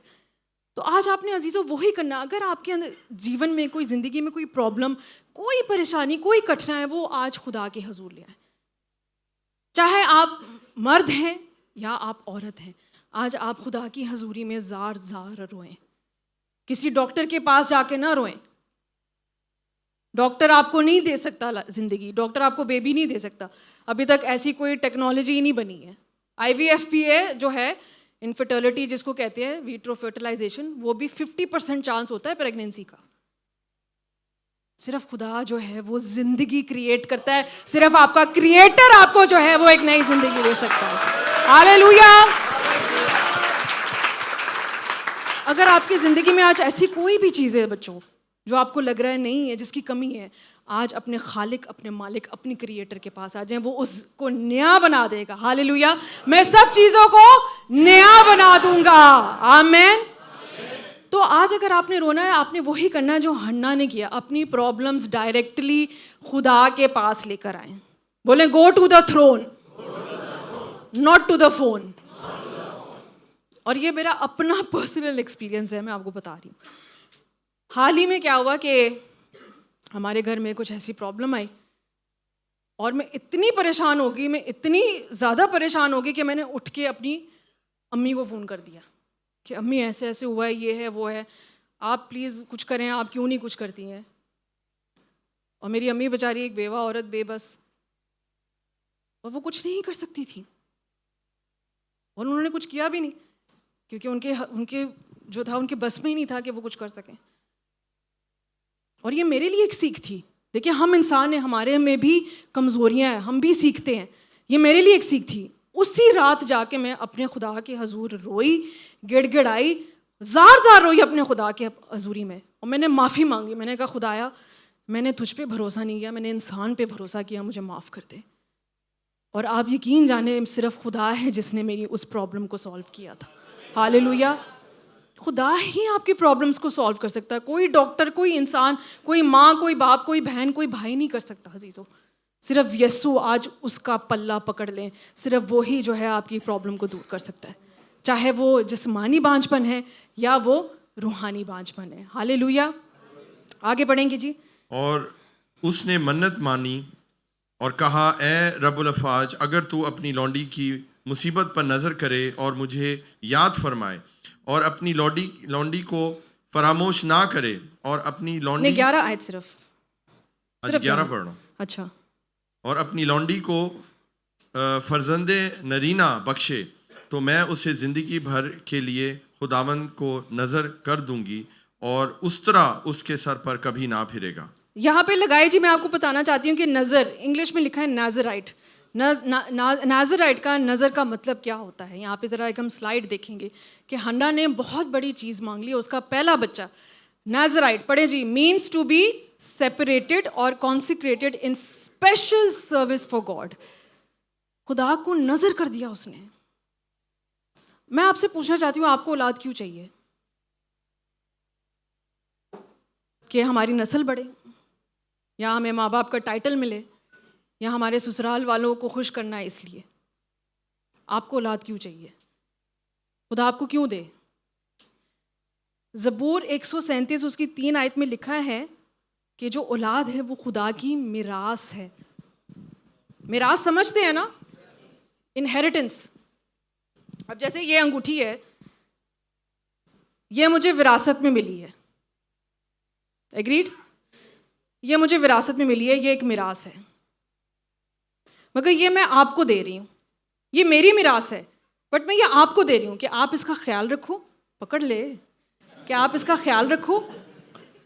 आपने इसको घुमाना नहीं है, किसी चोर के हाथ ना लगे, समझ आई? इसकी बहुत आपने हिफाजत करनी है, इसका ख्याल रखना है, ये आपसे घूमे ना, ठीक है? समझ आई आपको? तो खुदा आपको क्यों अपनी मिरास दे? क्या आप अपना वैसा ख्याल रख रहे हो उस चीज़ का जैसे खुदा चाहता है? औलाद खुदा की मिरास है और वो आप पे भरोसा करके अपनी मिरास आपको दे रहा है। तो आज ये एक सवाल है कि आपको औलाद क्यों चाहिए? दे दे भाई। तो ये क्वेश्चन मार्क है आपके लिए कि वाई, बोले क्यों, वाई? खुदा अपनी इतनी कीमती चीज़ आपको क्यों दे जब आप उसका सही से ख्याल ही नहीं रख सकते, उसकी सही से परवरिश ही नहीं कर सकते, उसको कलाम ही नहीं सिखा सकते? पहले खुद तो सीख लें। तो हमें अपने आप को दुरुस्त करने की ज़रूरत है, तभी खुदा अपनी मिरास जो है वो आपको देगा। हालेलुया। अपनी दुआ को चेंज करें। बोले खुदाया मुझे खादिम चाहिए, मुझे खादमा चाहिए। मैं खादिम को जो है वो कंसीव करना चाहती हूँ। मैं खादमा को, एक परस्तार को, एक वर्शिपर को, एक लीडर को, एक पास्टर को, एक नबी को जो है वो कंसीव करना चाहती हूँ। और मैं तुझे वो जिंदगी भर, बोले जिंदगी भर के लिए नजर कर दूंगी। और ऐसा ही था अजीजों, जब जब्दियल हुआ तो हमने खुदा से यही कहा कि खुदाया जब ये बच्चा होगा तो इसको अपने जलाल के लिए इस्तेमाल करना। और आपके सामने अजीज़ व सबूत है, ये बच्चा खुदा की हजूरी के लिए, उसके जलाल के लिए इस्तेमाल हो रहा है, बल्कि दोनों बच्चे। हालेलुया। तो आज आप अपनी दुआ को चेंज करें। आमीन। अगली 12वीं आयत पढ़ दें। और जब वो खुदावन के हजूर दुआ कर रही थी तो एली उसके और जब वो खुदा की हजूर दुआ कर रही थी, मतलब कि उसने खुदा के आगे मन्नत मानी। इंग्लिश में लिखा है as she continued praying. English में बेटा पढ़ दोगे जरा शियान, क्या लिखा हुआ है? 12 verse. As she kept on praying, kept on praying, बोले केप्ट ऑन प्रेइंग। हिंदी में क्या है बेटा? जब वह यहोवा के सामने ऐसी प्रार्थना कर रही थी, तो वो कंटिन्यूअसली प्रे करती रही। हम क्या करते हैं? यहाँ पे एक स्लाइड लगाइए। हमारी प्रेयर्स ये होती हैं, दिखाइए जी। Drive through prayers. Drive through समझते हैं? कभी किसी ने ड्राइव थ्रू के जो ज़रिए ऑर्डर दिया है अपने खाने पीने का, मैकडोनल्ड्स में, KFC में, हाँ जी एक बर्गर चाहिए और उसके अंदर ये ना हो, उसके अंदर वो ना हो, ड्राइव थ्रू प्रेयर्स। खुदा मुझे एक बेटा चाहिए, उसके अंदर ये होना चाहिए, उसके अंदर ये नहीं होना चाहिए, दैट्स इट। जाके खिड़की पे अपना ऑर्डर ले लिया। कभी कभी ऑर्डर गलत भी आ जाता है ना, तो खुदा कहेगा तुसी तो मंगया नहीं, मैं तो फिर भी दे देता, मेरी गलती तो नहीं है ना, तुमने जो मांगा मैंने तुम्हें वही दिया। You need to keep on praying. उसने मन्नत मांगने के बाद भी शी कंटिन्यूड प्रेइंग। हम क्या करते हैं, बैठते हैं, दुआ मांगते हैं, बस फौरन खड़े हो जाते हैं। देखिए वो हैकल में कर रही थी, मुझे पता है यहाँ पे टाइम बहुत लिमिटेड होता है, आप यहाँ नहीं कर सकते, बट अपने घर में तो कर सकते हैं। आज आपकी जो भी प्रॉब्लम है, आप सिर्फ उसके लिए सिर्फ दुआ करके ना उठ जाएं, घर जाके उस पर मेडिटेट करें, इस कलाम पे मेडिटेट करें, चुगाली करें। जो आज का कलाम है वो मेरे लिए था, मैं उस ब्लेसिंग को लेता हूँ, मैं उस लानत को रिब्यूक करता हूँ, मैं उस लानत को, सारी जो जनरेशनल कर्सेस है उनको यीशु के नाम में कैंसिल करता हूँ। कीप ऑन प्रेइंग, दुआ करते रहे जब तक कि खुदा आपको दे ना दे। बज़िद हो जाए खुदा के आगे कि मुझे देगा तो मेरा रब्बुल अफ़ाज ही देगा, हालेलुया, मेरा यहोवा यहरी मुझे मुहैया करेगा, आमीन। तो you need to keep on, बोले कीप ऑन प्रेइंग। ये नहीं कि बस दुआ करके ख़त्म कर दिया, नहीं, you have to keep on praying, और मेरा ईमान है कि खुदा आपको देगा, आमीन। आगे पढ़े जी। और जब वो खुदावन के हजूर दुआ कर रही थी तो एली उसके मुंह को गौर से देख रहा था, और हन्ना दिल ही दिल में कह रही थी, फकत उसके होंठ हिलते थे और उसकी आवाज़ नहीं सुनाई देती थी। तो मतलब कि वो खुदा की हजूरी में इतनी मगन हो गई थी, इतनी मगन हो गई थी कि वो ऐसे लग रहा था कि वो सिर्फ बोले जा रही थी। देखिए ज़रूरी नहीं है कि आप ज़ोर ज़ोर से दुआएं करें, it's not necessary all the time. आप करें, ठीक है, वो भी एक वक्त होता है, एक चिल्लाने का भी वक्त होता है, एक जो है वो शाउट करने का, ललकारने का भी वक्त होता है, मगर कुछ दुआएं ऐसी होती हैं जो हम मन ही मन में करें। खुदा का कलाम गुर्दों और दिलों को जांचने वाला है, वो आपकी दिल की बात को जानता है। आज आपने पाक रूह में मगन होना है, हालेलुया। इस कलाम को रिसीव करें। जो चीज़ नहीं आपको मिली है, मेरा ईमान है जब आप ईमान से आज उसके लिए दुआ करेंगे वो ज़रूर आपको मिल जाएगी। आज आप खुदा की हजूरी में आए हुए हैं, खुदा के घर बैठे हुए हैं, अपने दिलों को खोलें, अपने मुंह को खोलें, मगन हो जाएं हन्ना की तरह, दीवाने बन जाए यीशु के, शुक्रिया अदा करें उसका। नहीं भी मिला तो ईमान रखें कि खुदाया मेरा ईमान है कि मुझे मिल जाएगा, मुझे ये जॉब मिल जाएगी, मुझे ये बच्चा मिल जाएगा, मुझे ये जगह मिल जाएगी। ईमान से मांगे, आज मगन हो जाएं, आमीन। आगे पढ़े। बस एली को गुमान हुआ कि वो नशा में है, सो एली ने उससे कहा कि तू कब तक नशा में रहेगी, अपना नशा उतार। बस यही रुक जाए। अब जो बात मैं करने वाली हूँ ये बहुत एक फैक्चुअल बात है। आप मुझे बात बताएं कि एली यहाँ पे हन्ना को क्या कह रहा है? नशेबाज ना, साड़ी हिम्मत है कहने दी? नहीं, हम लोग नहीं कह सकते, हमें तो उल्टा माफी मांगनी पड़ती है अगर हम गलती से कोई बात बोलते तो। इतना सख्त उसने वर्ड्स यूज किए हैं। एक औरत को नशेबाज कहना, मैं कहती हूँ कितनी गलत बात है, आप खुद बताएं मुझे। और हम तो बड़े मॉडर्न डे सोसाइटी में रह रहे हैं, वो तो इतनी पुरानी बात मैं कर रही हूँ। और वो खुदा का खादिम था, काहिन, सरदार काहिन, हाई प्रीस्ट। हमें ज़रा सी पास्टर कोई बात कर दे, हम मुंह बना के चर्च छोड़ देते हैं। और यही रीज़न होता है अजीज़ों कि हम अपनी ब्लेसिंग को खो देते हैं। याद रखिए, ये एक ट्रायल है, ये एक टेस्ट है। खुदा हर लम्हा आपको एक टेस्ट के थ्रू गुजार रहा है। छोटी छोटी बातों को दिल में रख के अपनी ब्लेसिंग ना खोएं। हमने तो कितना कुछ बर्दाश्त किया हुआ है। जो पास्टर हारून ने अपनी टेस्टिमनी दी थी, वो चर्च के पास्टर थे जिन्होंने इनको कहा था तुम्हारे मुंह पे लानत है। हम किसी को यहाँ पे कह सकते हैं कि आपके मुंह पे लानत है? अगले तो हमें घर छोड़ के आए। हम जब भी कोई बात करते हैं हम इतनी सोच समझ के करते हैं। अब मुझे एक बात बताएं कि यहाँ पे लिखा है, 15वीं आयत पढ़े। हन्ना ने जवाब दिया, नहीं ए मेरे मालिक, मैं तो गमगीन औरत हूँ। मैंने ना कोई नशा पिया, पर खुदावन के आगे अपना दिल उंडेला है। आमेन। उसने खुदावन के आगे उसने अपनी एक्सप्लेनेशन दी है, जस्टिफिकेशन दी है कि मैं क्यों ऐसा कर रही हूँ। हम क्या करते हैं, आगे जाके हस्बैंड्स को बताते हैं, तुम्हें पता है मेरे साथ पास्टर हारून ने ऐसे बात की है, तुम्हें पता है पास्टर अमरीन ने मेरे से ये बात बोली है। हम क्यों इतने डिफेंसिव हो जाते हैं? क्या खुदा की हजूरी में हमें थोड़ी सी भी जो तंबी है वो हम बर्दाश्त नहीं कर सकते? और इसके पीछे हम इतनी बड़ी ब्लेसिंग खो देते हैं। मैं आपको सच बता रही हूँ। आगे पढ़ें जी, क्या लिखा है? तू अपनी लौंडी को खबीस औरत ना समझ, मैं तो अपनी फिक्रों और दुखों के हजूम के बायस अब तक बोलती रही। आगे तब एली ने जवाब दिया, तू सलामत जा और इसराइल का खुदा तेरी मुराद जो तूने उससे मांगी है पूरी करे। करेगा। हालेलुया, आमीन, आमीन। तालियां बजा दें, बजा दें, बजा दें।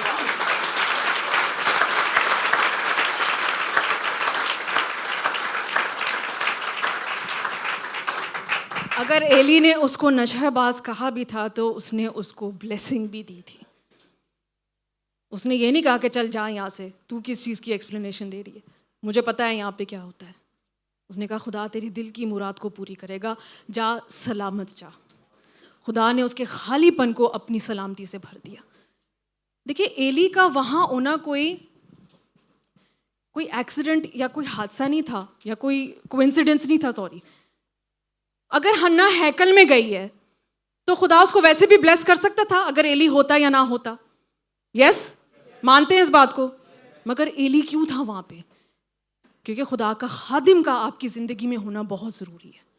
एक स्पिरिचुअल लीडर का, एक रूहानी बाप का आपकी ज़िंदगी में होना बहुत ज़रूरी है। क्योंकि वो जो ब्लेसिंग आपको देगा, और हमारे पास हैं यहाँ पे गवाहियाँ, जिन बच्चों को हमने वाकई अपने मुंह से ब्लेसिंग दी है वो उनकी ज़िंदगी में काम आई है और खुदा ने उनको पूरा भी किया है और खुदा ने उनकी ज़िंदगी में गवाहियाँ लेकर आया है। तो कभी छोटी सी बात पे ऑफेंड होके ना बैठे, शायद उसके बाद खुदा आपको बहुत बड़ी ब्लेसिंग देने को है, जो कि हन्ना के साथ एली ने किया। आज अगर आपकी ज़िंदगी में एक रूहानी बाप, एक रूहानी लीडर की कमी है तो आपको ज़रूरी है कि अपनी ज़िंदगी में लेकर आएँ, क्योंकि जो ब्लेसिंग वो देंगे वो खुदा का कलाम है और वो कलाम आपकी ज़िंदगी में पूरा होगा। आमीन। 18वीं आयत पढ़ें। उसने उससे कहा, तेरी खादमा पर तेरे कर्म की नज़र हो। तब वो औरत चली गई और खाना खाया और फिर उसका चेहरा उदास ना रहा। हालेलुया। अच्छा, अब मुझे बताएं कि उसका चेहरे पे उदासी नहीं थी, वो खुश थी, उसने खाना भी खाया। क्या उसको औलाद मिल गई थी? नहीं। मगर उसके बावजूद वो क्या हुआ कि वो खुशी से गई, उसके चेहरे पे उदासी नहीं थी और वो क्या हुआ, उसने खाना भी खाया। अगली आयत पढ़े, 19। और सुबह को वो सवेरे उठे और खुदावन के आगे सिजदा किया और रामा को अपने घर लौट गए।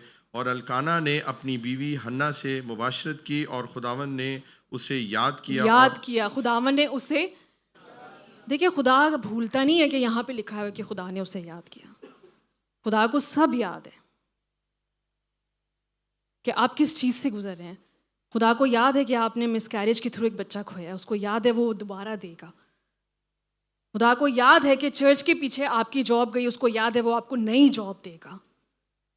क्या आप ईमान रखते हैं इन चीज़ों पे? उसको बेबी नहीं मिला था अभी, मगर उसके बावजूद उसने अपने हस्बैंड के साथ जाके खुदा के आगे सिजदा किया। आज आपके अंदर ऐसा है ईमान कि आपको अपनी ब्लेसिंग नहीं मिली हुई, फिर भी आप खुदा के आगे उसकी हजूरी में उसको सिजदा कर रहे हैं, क्योंकि वो उसके वादे पे खड़ी रही। हालेलुया। आज आप भी खुदा के कलाम पे, उसके वादे पे खड़े रहे, और मेरा ईमान है कि खुदा आपको ब्लेस देगा। डबल पोर्शन ब्लेसिंग्स आप यहां से लेके जाएंगे। हालेलुया। यीशु जैसा।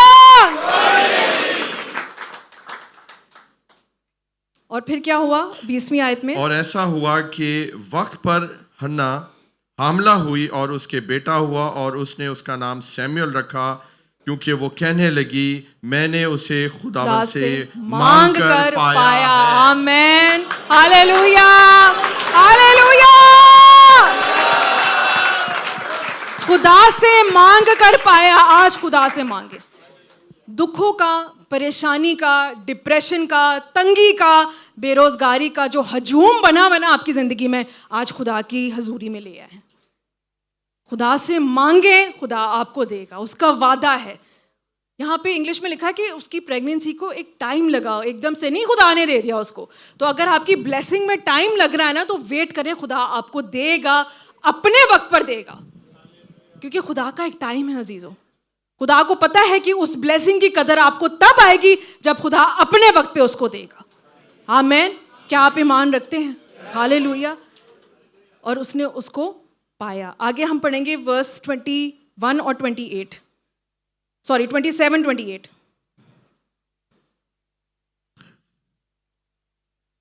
मैंने इस लड़के के लिए दुआ की थी और खुदावन ने मेरी मुराद जो मैंने उससे मांगी पूरी की, इसलिए मैंने भी इसे खुदावन को दे दिया। ये अपनी ज़िंदगी भर के लिए खुदावन को दे दिया। तब उसने वहाँ खुदावन के आगे सिजदा किया। हम क्या करते हैं अजीज़ों कि जब हमें कोई अच्छी जॉब मिलती है, हम क्या करते हैं कि उस जॉब के पीछे जो है वो चर्च छोड़ देते हैं। आपने खुदा से मांगा, खुदा ने आपको दिया, मगर आपने खुदा को ही छोड़ दिया। हन्ना अपने वादे पे खड़ी रही। क्या आप मुझे बताएं, उसने सैमुअल से एल्काना से डिस्कस किया कि मैंने खुदा से इतनी बड़ी मन्नत मांगी है कि जब मेरा पहला बच्चा होगा मैं उसको खुदा का नज़ीर कर दूंगी? उसने नहीं पूछा एल्काना से। एल्काना की कोई यहाँ पे इंटरफेरेंस नहीं देखी आपने। जो उसने खुदा से कमिटमेंट की थी वो उसने पूरी की। आप कितने कमिटेड है अपने खुदा के साथ? खुदा अपनी कमिटमेंट पूरी कर रहा है, अपने वादों को आपकी ज़िंदगी में पूरा कर रहा है, मगर आप अपनी कमिटमेंट पूरी कर रहे हैं खुदा के साथ? आज ये सवाल है मेरा आप लोगों से। आज अगर आपकी ज़िंदगी में ड्राइनेस है, रूहानी बांझपन है, वो इसलिए क्योंकि आप खुदा के कलाम को पूरा नहीं कर रहे हैं। लगाइए जी यहाँ पे तस्वीर, यह आपको मैं दिखाना चाहती हूँ कि जब हमारी ज़िंदगी में रूहानी बांझपन होता है तो वो क्या होता है। उल्लू देखा है आपने? उल्लू कोई अच्छा जानवर समझा जाता है? नो, कर्स्ड होता है और इसको जादूगरी के लिए, विचक्राफ्ट के लिए इसको इस्तेमाल किया जाता है। और ये कहाँ बैठा हुआ है? किसी बहुत ही हरे भरे दरख्त पे बैठा हुआ है? नहीं। अगली तस्वीर, ये क्या है? कौवा। कौवा कोई अच्छी चिड़िया है मुझे बताएं? नहीं।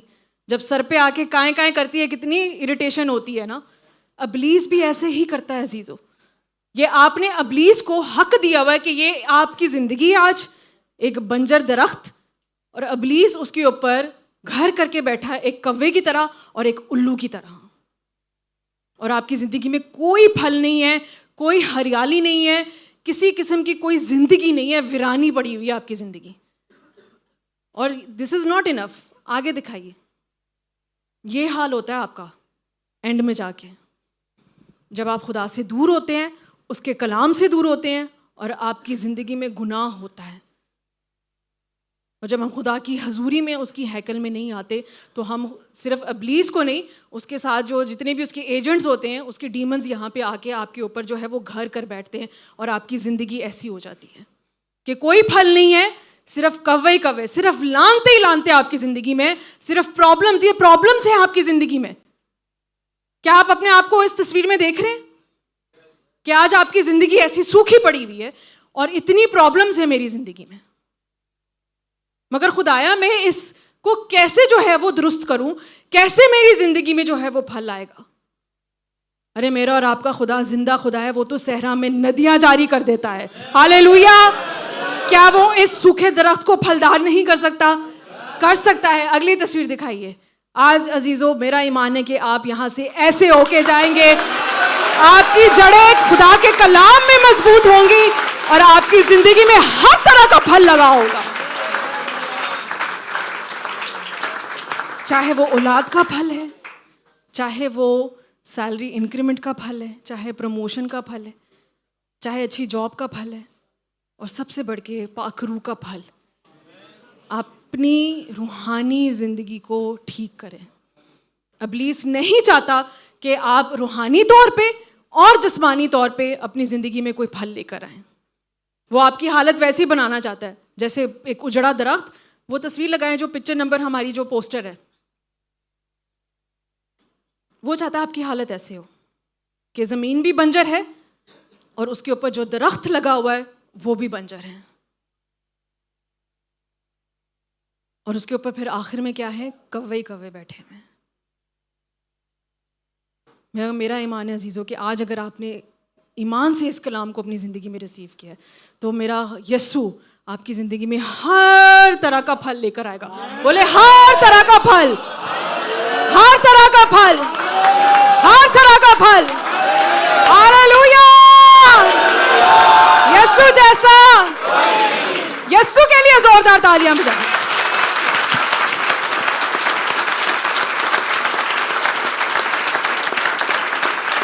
हालेलुया।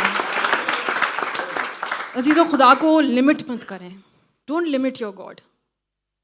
ना कर परवाह किसे, हाँ ये सबको पता है। और रखदा खबर, उसको याद है, उसको याद है कि आप किस प्रॉब्लम में से गुजर रहे हैं। खुदा तू भूल गया मुझे नहीं, खुदा को याद है। ना कर परवाह किसे गल दी, गाइए। ओ रखदा खबर हर पल दी, ना कर परवाह किसे गल दी, ओ रखदा खबर हर पल दी। ओ मेरा खुदा, हालेलुया, जिंदा खुदा, आमीन। ओ मेरा खुदा है, ओ जिंदा खुदा है, फिक्र होने वाले कल दी। हालेलुया। तो क्यों आप परवाह करते हैं? वो पल पल की खबर रखता है आपकी। हालेलुया। मेरा ईमान है अजीजों, मैं खुली आंख से देख रही हूँ कि हर बंजर जमीन आज फलदार होने वाली है। बीज लग रहे हैं आपकी जमीनों पे। वो अरब अरब सिंतबा शरबा और अब सिंतबा खोरब। ओ यस, हालेलुया। पाक रूह से आज मगन हो जाए। ये पहाड़ मैदान होगा आपकी ज़िंदगी में अजीज़ों। मेरा ईमान है कोई भी मुश्किल है, कोई भी परेशानी, आज वो मैदान होके रहेगी यस्सु के नाम में। आखिरी आयत मेरे साथ निकालिए, ज़बूर 126, साम 126 वर्स 5 to 6, भजन संहिता 126 5 जो से 6। आंसुओं के साथ बोते हैं वो खुशी के साथ काटेंगे, जो रोता हुआ बीज बोने जाता है वो अपने फूले लिए हुए शादमान लौटेगा। हिंदी में पढ़ दें बेटा। जो आंसू बहाते हुए बोते हैं वह जय जयकार करते हुए लवने पाएंगे। चाहे बोने वाला बीज लेकर रोते हुए चला जाए, परंतु वह फिर पूलियां लिए जय जयकार करता हुआ निश्चय लौटे आएगा। हालेलुया। जो आंसुओं से बोते हैं वो खुशी से काटेंगे। आज आपने खुदा की हजूरी में जार जार रोना है, खुदा से मांगे। और छठी आयत फिर से पढ़ने, क्या लिखा हुआ है? जो रोता हुआ बीज बोने जाता है वो अपने पोले लिए हुए तस्वीर लगाइए यहाँ शादमान पे। लौटेगा। जो रोता हुआ बीज बोने जाता है वो वापस कैसे आएगा, ये देखें। आज आप अपनी ब्लेसिंग को ऐसे लेके जाएंगे। Hallelujah, hallelujah. और यहाँ भी पोले उठाए हुए हैं, यहाँ भी पोले उठाए हुए हैं, सर पे भी पोले उठाए हुए हैं। आज आपको खुदा पोलों से ही भर देगा। आमीन, हालेलुया। अपने पोले लेके जाएं आज यहाँ से। बोले पोले लेकर जाओ। वो देखिए उठाए भी नहीं जा रहे उनसे। मेरा और आपका यस्सु इतनी कुदरत रखता है कि वो आपकी जिंदगी में ऐसी ब्लेसिंग्स ले आए कि आपसे संभाली भी नहीं जाएंगी, रखने की जगह नहीं होगी आपके पास। हालेलुया। औलाद क्या चीज है, खुदा तो उससे कहीं बढ़ के चीजें आपको देना चाहता है। ओ हालेलुया। आज रूहानी बांझपन को अपनी ज़िंदगी में ख़त्म करें। हम शायद खुदा के कलाम को वैसा पूरा नहीं करें जैसा खुदा चाहता है कि हम उसके कलाम को पूरा करें। एक यहाँ पे गवाही है मैं देना चाहती हूँ इवेंजलिस्ट अदनान की, क्योंकि इसकी बीवी, ये लोग खुद इस प्रोसेस से गुजरे हैं बांझपन के। और मेडिकेशन लेती थी बाकायदा हमारी बेटी कोमल, फिर भी वो कंसीव नहीं कर पा रही थी। तो मैंने और पास्टर हारून ने कहा कि बेटा कहीं ना कहीं तो कमी है। और ये कलाम आया उस वक्त। हमने बोला बेटा कहीं तो कमी है, कहीं तो प्रॉब्लम है, इसकी जड़ कुछ और है। और कैन यू इमेजिन, हमें पता चला कि अदनान टाइथ नहीं देता था। मैं यहाँ पे टाइथ का मैसेज नहीं दे रही, मैं सिर्फ आपको बता रही हूँ कि हम कैसे अपनी ब्लेसिंग्स को खो सकते हैं अगर हम खुदा के कलाम को पूरा ना करें। और ये बच्चा ठगता था खुदा को, और ये बात हमें कोमल ने बताई। आप यकीन करें कि जब इन्होंने टाइथ देना शुरू की और ये एक यहाँ पे शेयरिंग अकोमोडेशन में रहते थे, कोमल ने मुझे बताया कि बुआ जी पता नहीं इतना सामान कहीं से आया है, हमारे पास रखने की जगह भी नहीं अभी पड़ रही है यहाँ पे। और सबसे बड़ी ब्लेसिंग आप सोच सकते हैं खुदा ने उसको क्या दी, वो यहाँ से कंसीव करके गई। हालेलुया। आज खुदा ने उसको एक बेटा, इन दोनों को एक बेटा भी दिया है और एक बेटी भी दी है। तो हम कहीं ना कहीं जो है वो अपनी ब्लेसिंग को खुद रोक के रखते हैं। ये आप खुद सोचे बैठ के कि क्या वो रीज़न है, क्या वो सुराख है जिसके थ्रू हमारी ब्लेसिंग जो है ना वो जा रही है और हमें हमारी ब्लेसिंग रुक नहीं रही है। ये आज आप खुद सोचें और डिसाइड करें कि कहाँ है जो हमारी रूहानी ज़िंदगी में एक बांझपन है, एक हम बंजर किस तरह से हैं, हमारी ज़िंदगी में फल क्यों नहीं आ रहा। अगर वो फल आ भी रहा है तो वो झड़ क्यों रहा है, वो टिक क्यों नहीं रहा, टिड्डियाँ क्यों खा जाती हैं। खुदा ने तो अपना वादा किया है वो आपको देगा, आसमान के फाटक खोल के बारिश की ब्लेसिंग्स की बरसात बरसाएगा आपके ऊपर और वो पूरा करेगा उस कलाम को।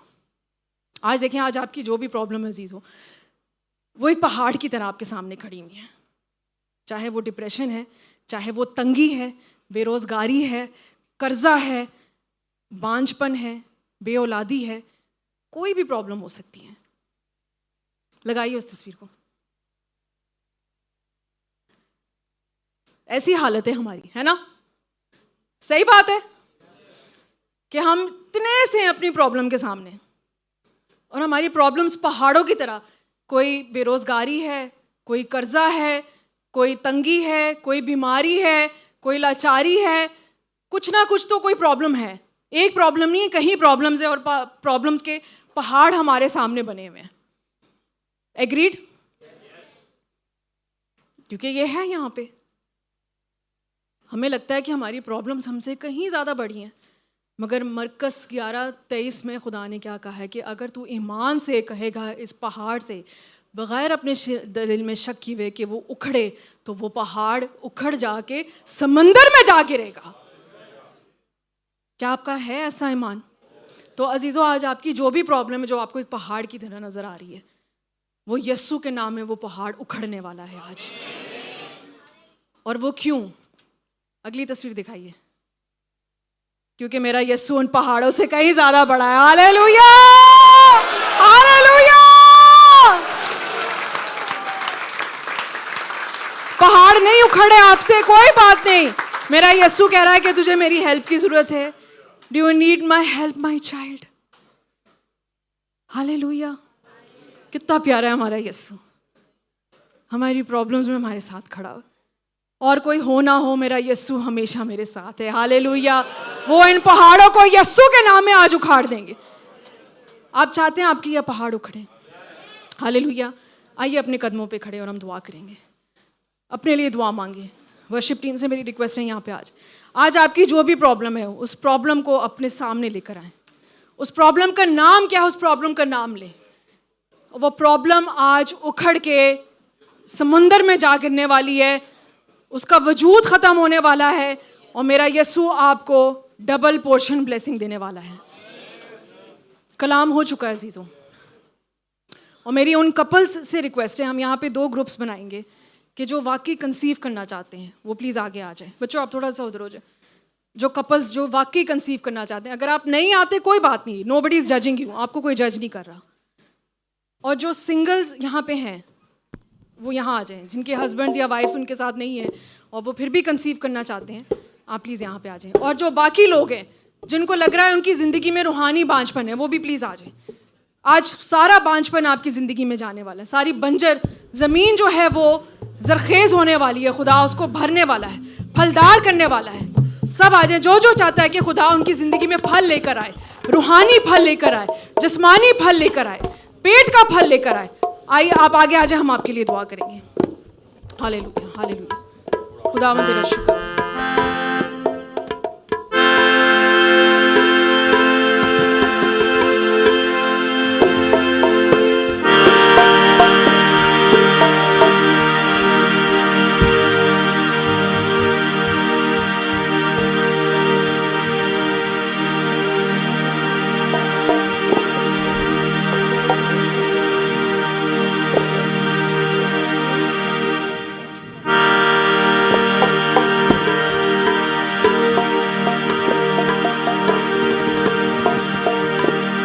बीमारी के लाचारी के नादारी के पहाड़ों,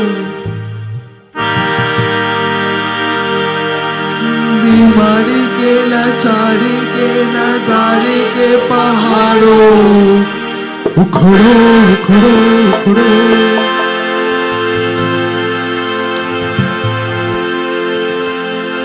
यीशु नाम में उखड़ो,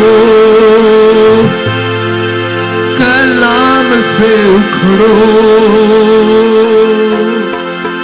यीशु नाम में उखड़ो, कलाम से उखड़ो।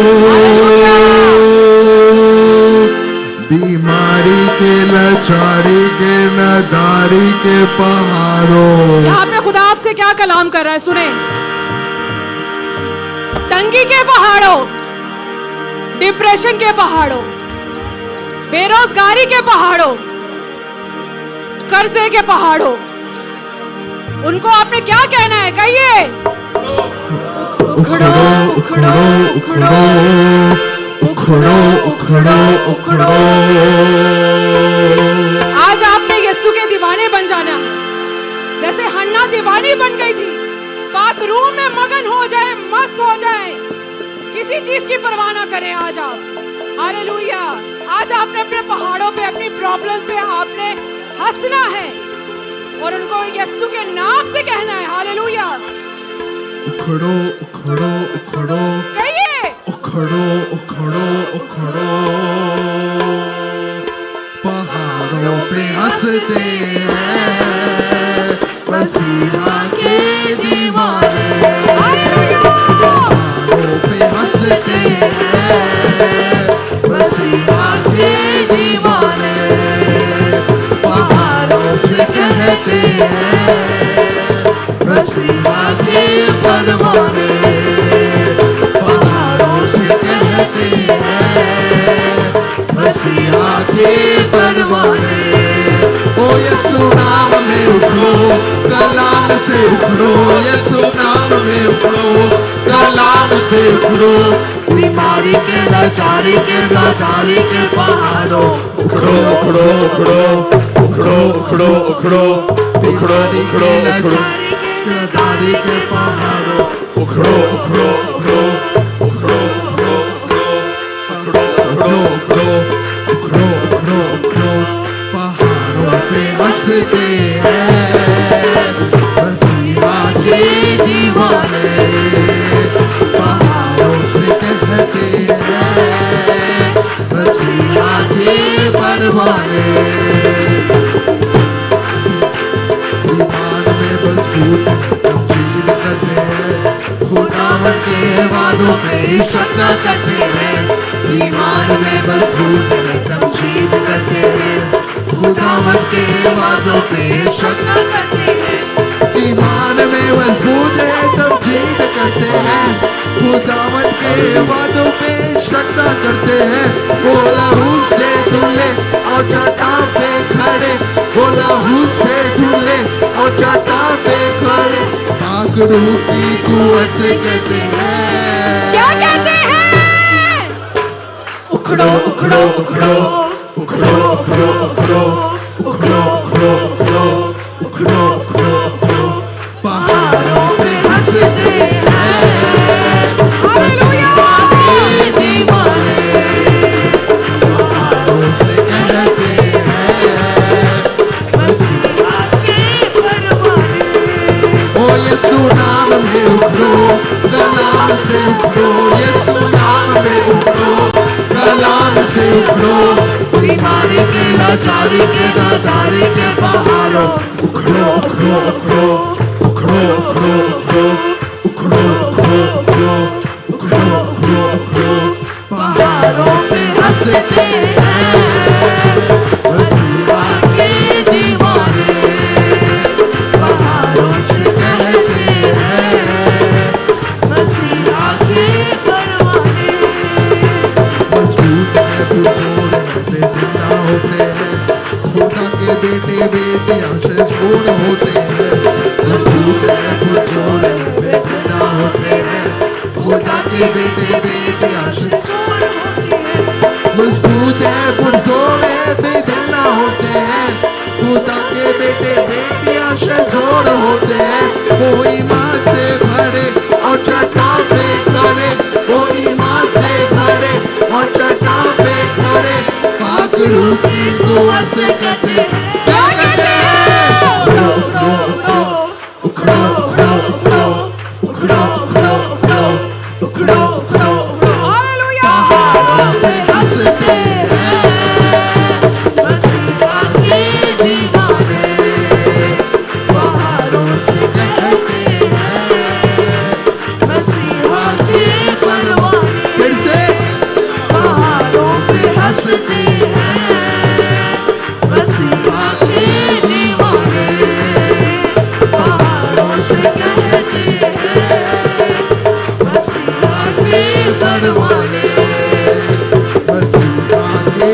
दीवाने, मसीहा के परवाने, मसीहा के दीवाने।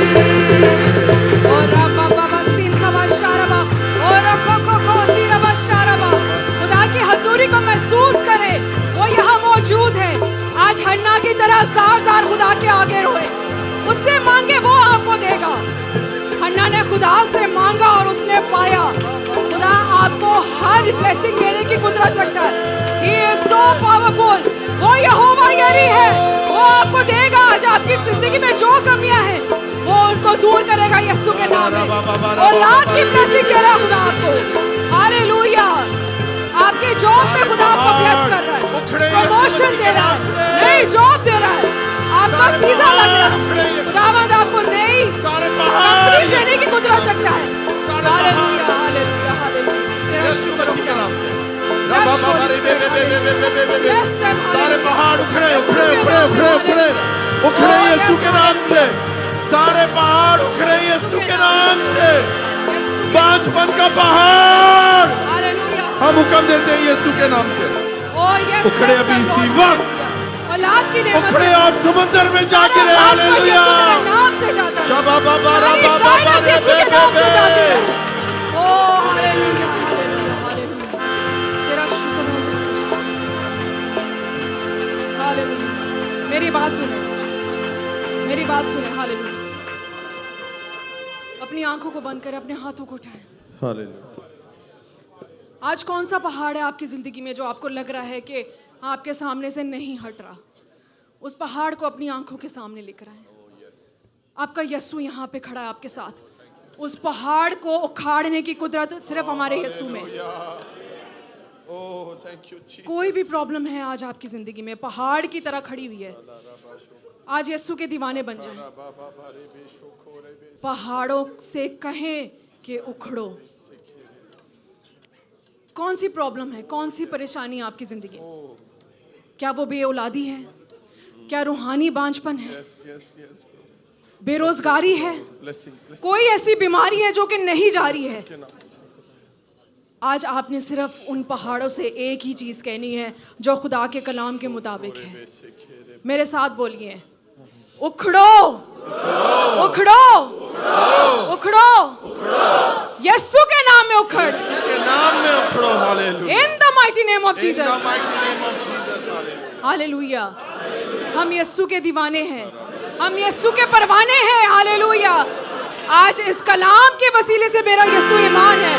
हालेलुया। सब कहिए, उखड़ो उखड़ो उखड़ो उखड़ो उखड़ो उखड़ो उखड़ो उखड़ो उखड़ो। Receive it. उखड़ो उखड़ो उखड़ो उखड़ो उखड़ो उखड़ो उखड़ो उखड़ो उखड़ो उखड़ो उखड़ो उखड़ो उखड़ो उखड़ो उखड़ो। पहाड़ों पे हंसते हैं मसीहा के दीवाने, पहाड़ों पे हंसते हैं मसीहा के दीवाने, पहाड़ों पे हंसे। पहाड़ों से कहते हैं मसीहा के परवाने, पहाड़ों से कहते हैं मसीहा के परवाने। ओ यीशु नाम में उखड़ो, नाम से उठो, यीशु नाम में उठो, तलाब से उठो, बीमारी के लाचारी के पहाड़ों उखड़ो उखड़ो उखड़ो उखड़ो उखड़ो उखड़ो उखड़ो उखड़ो उखड़ो उखड़ो पहाड़ों पे हंसते हैं मसीहा के दीवाने, पहाड़ों से कहते हैं मसीहा के परवाने, पहाड़ों पे हंसते हैं मसीहा के दीवाने, पहाड़ों से कहते हैं मसीहा के परवाने, मसीहा के दीवाने, मसीहा के परवाने, मसीहा के दीवाने।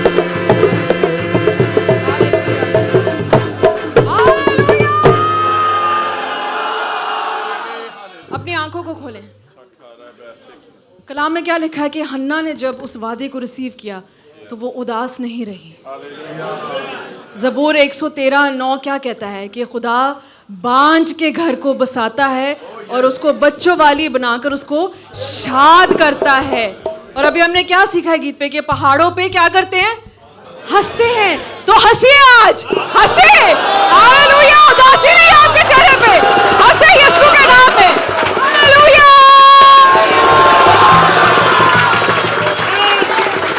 Hallelujah, hallelujah, hallelujah,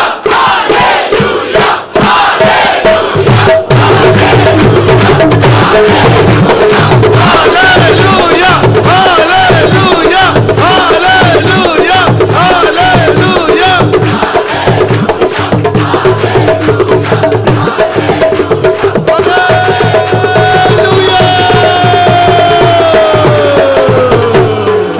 hallelujah.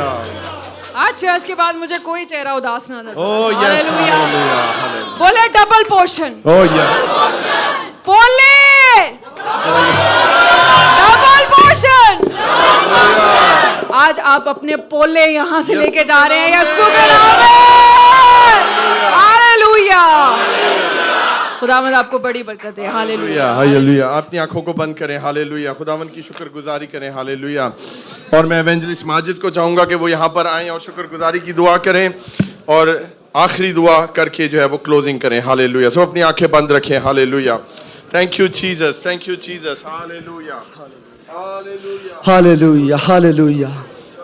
आसमानी जलाली बाप, हम तेरी शुक्रगुजारी करते हैं नहायत दिल से, तेरे कदमों में आते हैं क्योंकि तू भला है और तेरी शफकत अब्दी है और खुदावंद तेरी कुदरत महान है। और आज तू खुदावंद अपने कलाम के वसीला से अपने लोगों पर उतरा है, अपने लोगों पर छाया है और खुदावंद खुदा अपने लोगों के दुखों को दूर किया है। खुदावंद एक नया आनंद, नई शांति, नया पीस खुदावंद अपनी जिंदगी, अपने लोगों की जिंदगियों में भर दिया है। खुदा हम तेरी शुक्रगुजारी करते हैं आज के उत्तम कलाम के लिए, जिंदगी बख्श कलाम के लिए, छुटकारे के इस कलाम के लिए, लानतों से छुटकारा देने के लिए और खुदावंद खुदा इस नई ब्लेसिंग्स के लिए, इस नई बरकत के लिए जो तूने दी है, आसमान से रिलीज की है। और आज खुदावंद पा खुदा तूने हमारे मातम को नाच में बदल दिया है, हर तरह की मायूसी से आजाद कर दिया है। और खुदावंद हर एक छुटकारे के लिए, हर एक ब्लेसिंग के लिए हम तेरी शुक्रगुजारी करते हैं।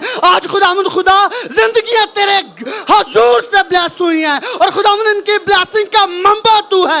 इन्होंने तेरी तरफ तका है, इन्होंने तेरे सामने अपने लबों को खोला है और अपनी बीमारी के लाचारी के पहाड़ों से कहा है उखड़ो उखड़ो, और वो उखड़ चुके हैं। और ये छुटकारा इनकी जिंदगी का हिस्सा है, ये ब्लेसिंग इनकी जिंदगी का हिस्सा है और ये बरकत तूने दी है यीशु नाम में। स्वर्गीय पिता, इस ब्लेसिंग के लिए तेरी शुक्रगुजारी करते हैं, आज की अच्छी इबादत के लिए तेरी शुक्रगुजारी करते हैं, अच्छी वर्शिप के लिए तेरी शुक्रगुजारी करते हैं और इस तेरी गहरी हजूरी के लिए तेरी शुक्रगुजारी करते हैं। तेरे रूह से खुदावंद खुदा सब कुछ हो सकता है और ये तूने किया है। तूने हमारे होंठों होठों पर ये हंसी, ये मुस्कुराहट हमें दिया है। इस मुस्कुराहट के लिए हम तेरी शुक्रगुजारी करते हैं। शैतान इस मुस्कुराहट को चुराने ना पाए यीशु के नाम में। ये उम्मीद बनी रहे, ये ब्लेसिंग इनकी जिंदगी का हिस्सा हो और ये बाबरकत रहे, ब्लेस रहे, आशीषित रहे यीशु के नाम में। यस खुदा, सारी मीटिंग के लिए तेरी शुक्रगुजारी करते हैं। शुरू से लेकर अब तक तूने हमारी रहनुमाई की, तेरा शुक्रिया। यीशु मसीह के कदूस और कादर नाम में दुआ मांगते हैं। खुदावंद की सिखाई हुई दुआ में हम सब एक साथ शरीक होंगे। आए हमारे बाप, हालेलुया, हालेलुया,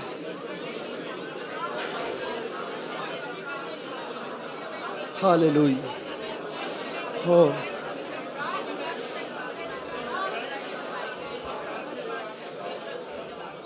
आमीन। अब हमारे खुदावंद यीशु मसीह का फजल, खुदा बाप की मोहब्बत, पाक रूह की रफ़ाकत और शफ़क़त अब से लेकर हमेशा